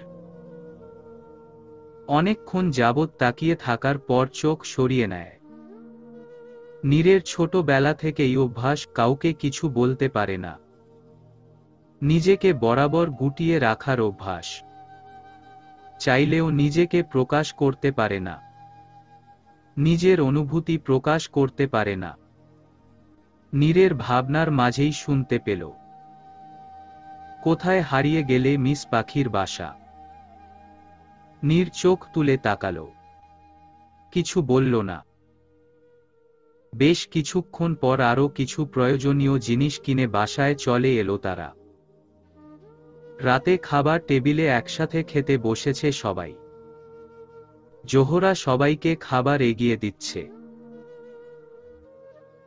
সাথে নীর সাহায্য করছে। সবাইকে এগিয়ে দিয়ে এবার নীর খেতে বসল। নীরের খাওয়ার মাঝে নওয়াজের খাওয়া শেষ। নওয়াজ নিজাম তালুকদারকে উদ্দেশ্য করে বলল, বাবা, আমি চাচ্ছিলাম নীরকে ভার্সিটিতে ভর্তি করাতে। নিজাম তালুকদার খাওয়া রেখে নীরের দিকে তাকালেন। নওয়াজের দিকে তাকিয়ে খানিকটা রাগী সুরে বললেন, এসব বিষয় আমাকে বলে কি লাভ? যখন বিয়ের মতো গুরুত্বপূর্ণ কাজে নিজের মন মতো সিদ্ধান্ত নিয়েছো, সেখানে এসব বিষয় আমাকে জানানো বিলাসিতা ছাড়া কিছু নয়। অতীতে এক সিদ্ধান্ত তুমি নিয়েছিল যা আমাকে চূর্ণ বিচূর্ণ করে দিয়েছিল। যে সিদ্ধান্তের কাছে আমি হেরে গিয়েছিলাম, মাটির সাথে মিশিয়ে দিয়েছিল আমাকে। অতঃপর আমি এক সিদ্ধান্ত নিয়েছি এবং আমার বিশ্বাস এই সিদ্ধান্তে আমাকে জিতিয়ে দিবে। ছেলের কথা শুনে নিজাম তালুকদার চেয়ার থেকে উঠে চলে গেলেন। পরিস্থিতি থমথেমে হয়ে গেল। নীর নিজের প্লেটের দিকে এক ধ্যানে তাকিয়ে রইল। চোখে পানি টল টল করছে, তবুও নিজেকে সামলে নিল। নীলিমা বেগম নীরকে বললেন, আরে তুমি কষ্ট পেও না, একটু রেগে আছে তো তাই আর কি, তুমি খাবার শেষ করে নাও। জি মনি, আমি ঠিক আছি। নীর, বাবা রাগ করলে এভাবেই কথা বলে, দেখিস রাগ ঠান্ডা হলে তোর সাথেও হাসি মুখে কথা বলবে। নীরকে ভাবি বলবে নাজিফা। ঠিক আচ্ছা মা। যে যার মতো করে খাবার শেষে করে নিজেদের রুমে চলে গেল। নীর সব কিছু গুছিয়ে রুমে চলে এলো। দেখলো নওয়াজ ল্যাপটপে কিছু করছে। নীর আয়নার সামনে দাঁড়িয়ে চিরুনি দিয়ে চুল আঁচড়াচ্ছে। নীরের দিকে এক পলক তাকিয়ে নওয়াজ বাথরুমে চলে গেল। ওয়াশরুম থেকে এসে পুরো রুমে চোখ বুলিয়ে নীরকে দেখতে পেল না। বারান্দায় তাকিয়ে দেখতে পেল নীর আকাশের দিকে তাকিয়ে অপলক তাকিয়ে আছে। নওয়াজ নীরের কাঁধে হাত রাখল। নীর চমকাল, নিজের চোখের জল লুকানোর বৃথা চেষ্টা করে বলল, আপনি এখানে কখন এলেন? যখন আপনি কোনো কিছুর ভাবনায় ডুব দিয়েছিলেন। চলুন ঘুমোতে যাব। নীর এক পা আগে বাড়াতেই পিছন থেকে নওয়াজ নীরকে ধরে ফেলল। নীরকে ডিভানে নিজের পাশে বসল। নীরের হাত নিজের হাতের মুঠোয় নিল। নীরের দিকে তাকিয়ে বলল, আমরা জীবনে যা চাই সব সময় ঠিক সেই রকম হয় না। আল্লাহ যা আমাদের জন্য মঙ্গল মনে করেন তাই আমাদের সাথে হয়। আর যা হয় তার কোনো কিছুর উপরেই আমাদের হাত থাকে না। প্রথমে আমাদের ভীষণ খারাপ লাগে যে কেন আমাদের সাথে এমন হলো। তবে এটা ভাবলেই আমাদের শান্তি লাগে যে আল্লাহ উত্তম পরিকল্পনাকারী। দেখ নীর, আমি, তুমি কিংবা আমরা কেউই জানতাম না যে আমাদের বিয়ে হবে। দুজনেই আমরা প্রস্তুত ছিলাম না। দুজনের পরিবারও প্রস্তুত ছিল না। যেহেতু বিয়েতে শুধু স্বামী স্ত্রীর সম্পর্ক তৈরি হয় না, হয় দুটি পরিবারের মিলন। এবং বিয়েটা যদি আমাদের মতো হয় তাহলে পরিবারে কারো না কারো আপত্তি থাকবে, এটাই স্বাভাবিক। তবে এই আপত্তিকে ঘিরে নিজেকে ছোট করা যাবে না। পরিবারে অন্যান্য সদস্য যারা তোমাকে ভালোবাসে তাদের কথা চিন্তা করে নিজেকে শক্ত করতে হবে। কখনো নিজেকে নিচু ভাবা যাবে না।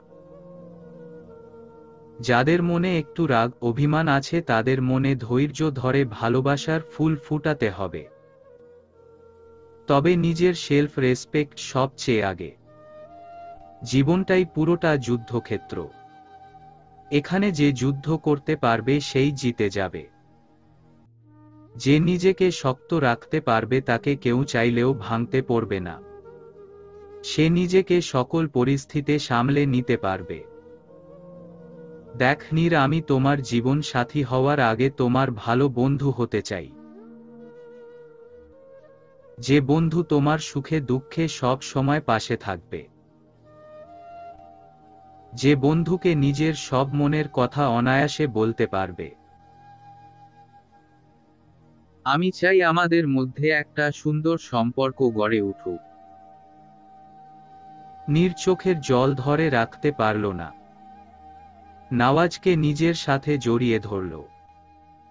বুকে মাথা রেখে অশ্রু বিসর্জন দিল নীর। এতদিন পর নিজেকে আজ হালকা লাগছে।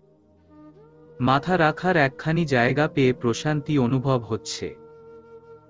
দেখ নীর, আমি জানি না তোমার জন্য পারফেক্ট জীবন সঙ্গী হতে পারবো কিনা। আর আমি সেটাও জানি না যে তোমাকে আমি সর্বসুখ দিতে পারবো কিনা। তবে আমি এতটুকু বলতে পারবো যে জীবনে যে পরিস্থিতির সম্মুখীন হও না কেন, তুমি সব সময় নিজের পাশে আমাকে পাবে। সব সময় আগলে রাখবো তোমাকে। নীর মুচকি হাসল। নীরের চোখের জল মুছে দিল নওয়াজ। নীরকে শক্ত করে জড়িয়ে ধরে কপালে চুমু দিল। এভাবেই সব সময় হাসবেন পাখির বাসা। এবং সব সময় মনে রাখবেন এই নওয়াজ আছে তোমার পাশে। ঠিক ছায়া যেভাবে সঙ্গ ছাড়ে না, আমিও ছাড়ব না। ধন্যবাদ প্রিয়, আপনাকে আমার পাশে থাকার জন্য। শুধু ধন্যবাদ দিলে হবে। শুধু ধন্যবাদ আমি গ্রহণ করি না। তাহলে ধন্যবাদের সাথে ঠোঁটে 2-4টা চুমু খেতে দিলে সেটা অন্য বিষয়। অসভ্য লোক। নীর দুচোখ ছোট করে বলল, তোমারই তো স্বামী। বলেই নীরের হাত ধরে রুমে নিয়ে এলো। নীরকে জড়িয়ে ধরে গভীর ভালোবাসায় তলিয়ে গেল। নীরও কোনো দ্বিধা ছাড়াই তার ব্যক্তিগত পুরুষের কাছে নিজেকে সঁপে দিল। ক্লাস শেষ করে ভার্সিটির গেট দিয়ে বের হলো নাজিফা।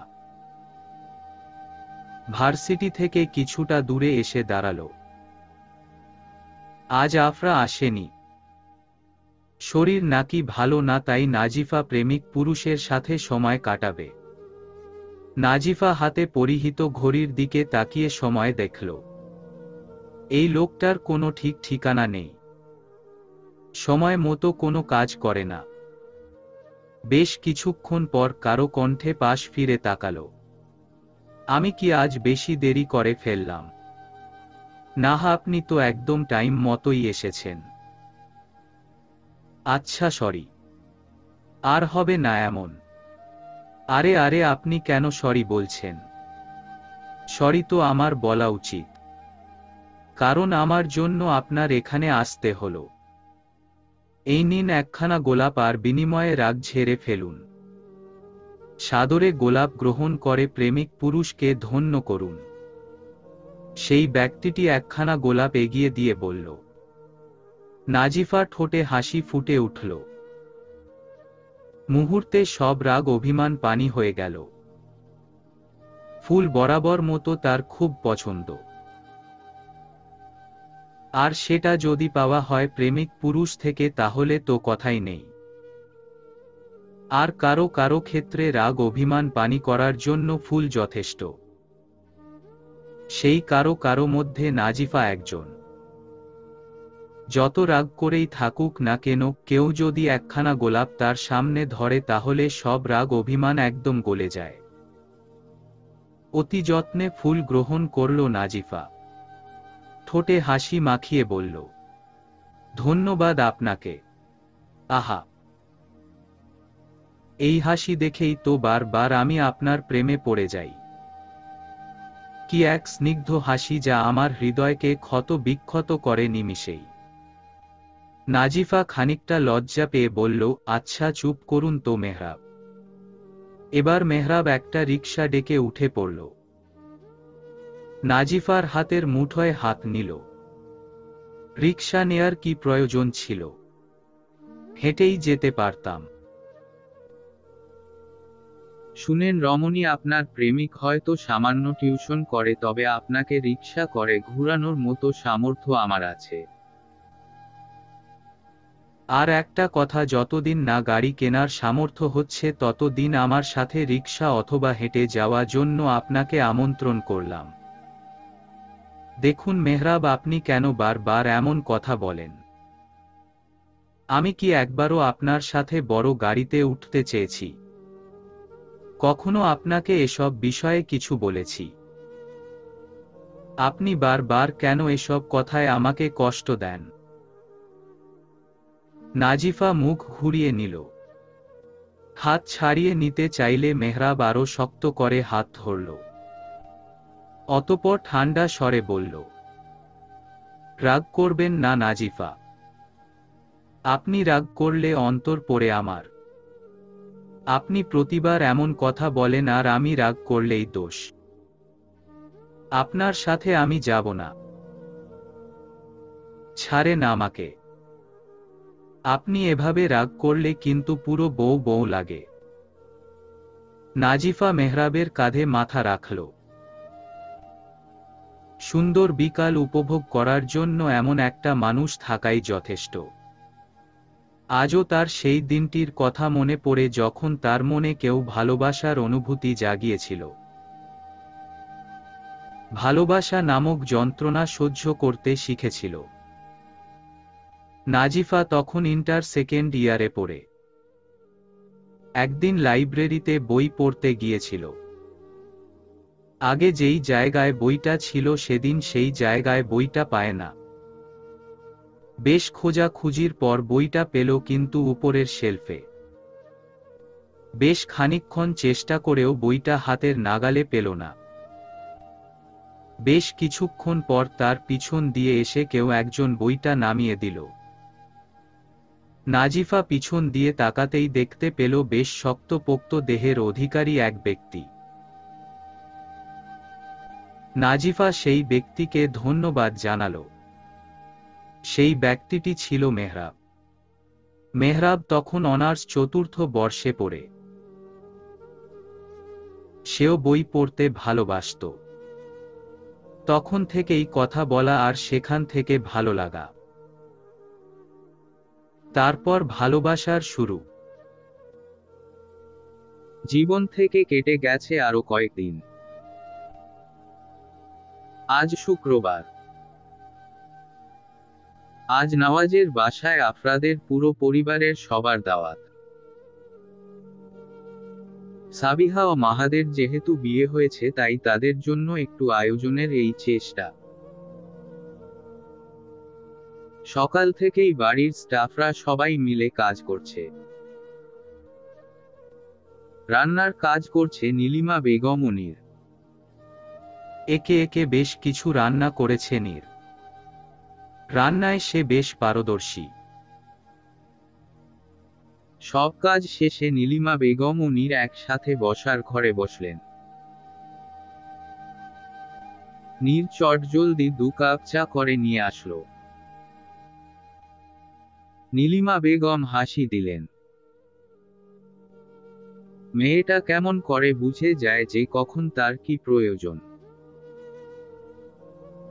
নীলিমা বেগম চায়ের কাপে চুমুক দিয়ে নীরকে পাশে বসালেন। এইটুকু সময় পুরোটা নীরকে লক্ষ্য করেছেন তিনি। এমনিতে সবসময় তো ঠোঁটে হাসি লেগে থাকে। আজ কেমন যেন উদাসীনতা। নীরকে জড়িয়ে ধরে বললেন, কি হয়েছে নীর, তোমার মন খারাপ কেন? নীর নিজেকে সামলানোর বৃথা চেষ্টা চালালে। নীর আগে থেকেই নিজেকে লুকিয়ে রাখতে ভালোবাসে। মনের মধ্যে যত ঝড় হোক না কেন কখনো মুখ দিয়ে বলার অভ্যাস নেই। ঠোঁটে মিষ্টি হাসি এনে বলল, কিছু হয়নি মনি, আমি ঠিক আছি। আমি কিন্তু মা। মায়ের কাছে মিথ্যা বলা ঠিক না। আর যদি তুমি আমায় কিছু বলতে না চাও তবে আমি ভাববো তুমি আমাকে মা মনে করনি। নীর কিছু বলল না। এক ধ্যানে মাটির দিকে তাকিয়ে রইল।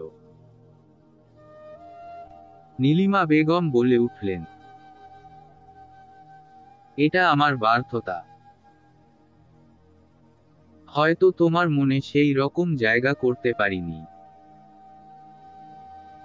বলেই চলে যেতে নিলে নীর হাত টেনে ধরে। নীরের চোখে পানি স্পষ্ট। নীলিমা বেগম ভড়কে যান। নীরের চোখে পানি কেন? নীরের চোখের পানি মুছে দিয়ে বললেন, কান্না করছো কেন তুমি? কেউ কিছু বলেছে নাকি শরীর অসুস্থ? কি হয়েছে তোমার? না বললে বুঝবো কেমন করে? নীর নীলিমা বেগমকে ধরে কেঁদে দিল। নাক টেনে বলল, আজ বাবাকে খুব মনে পড়ছে। বলেই আবারও চোখের পানি দিয়ে গাল ভিজিয়ে দিল। নীলিমা বেগম নীরের চুলে হাত বুলিয়ে দিলেন। কপালে চুমু খেলেন। কি বলে সান্ত্বনা দিবেন সেটা খুঁজে পেলেন না। আসলে বাবা মায়ের মতো কেউ নেই। যার বাবা মা নেই সে বুঝে বাবা মা কি জিনিস। কিছুক্ষণ পর তিনি বললেন, এভাবে কাঁদলে কি হবে? আমাদের সবাইকেই একদিন চলে যেতে হবে, হয়তো কারো আগে কাউকে পড়ে। তাই না কেঁদে নামাজ পড়ে বাবার জন্য আল্লাহর কাছে দোয়া করবে। জানো মনি, শুক্রবার হলেই বাবা পুরো বাড়ি মাথায় করে রাখতেন। বাবার সব কিছু আমি গুছিয়ে দিতাম। জুম্মার নামাজে যাওয়ার আগে আমার মাথায় হাত বুলিয়ে দিতেন। বলতেন, আম্মাজান আমি যাইতাছি, আপনার লাগি আইবার সময় জিলাপি নিয়া আমু।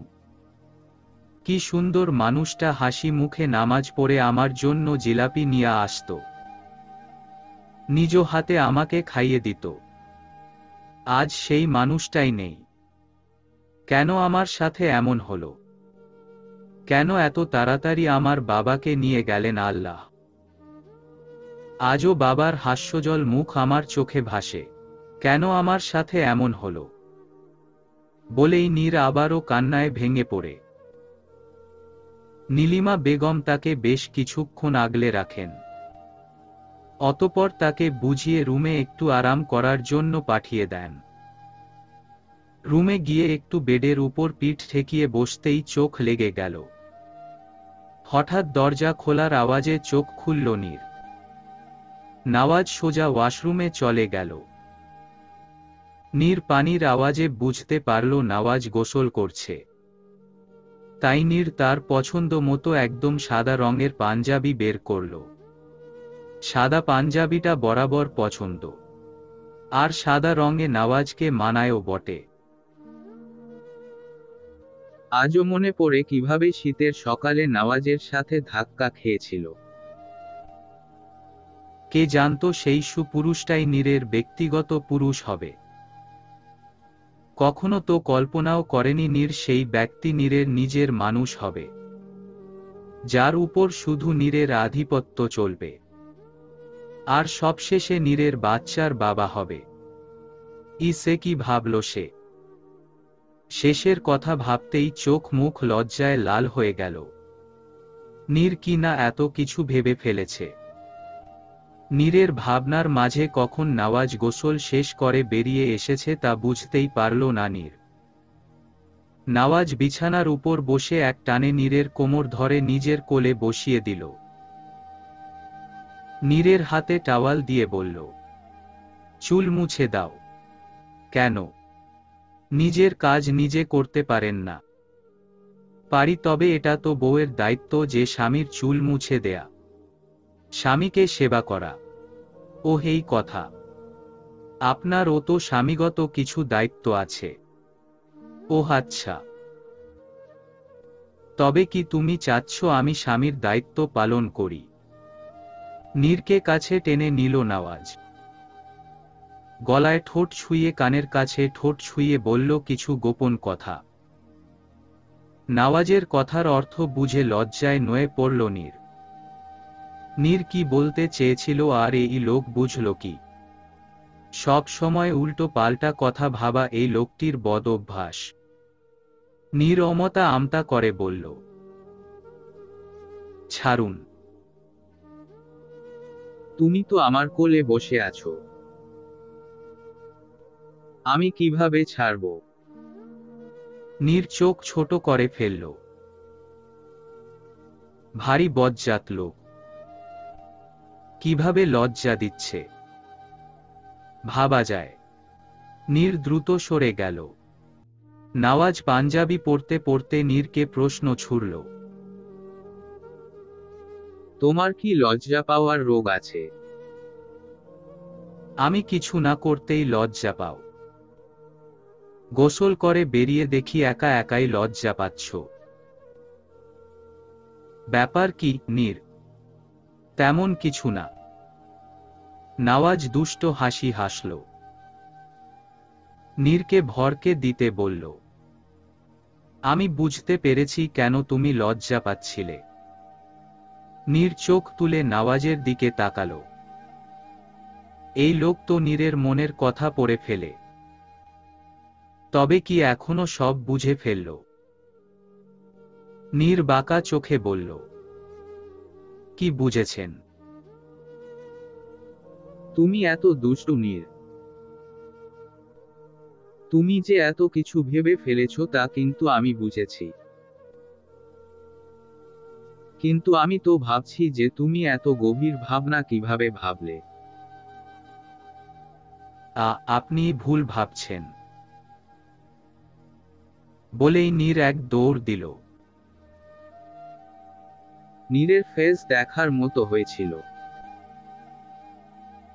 নওয়াজ হেসে উঠল। এই মেয়েকে খুব সহজে জব্দ করা যায়।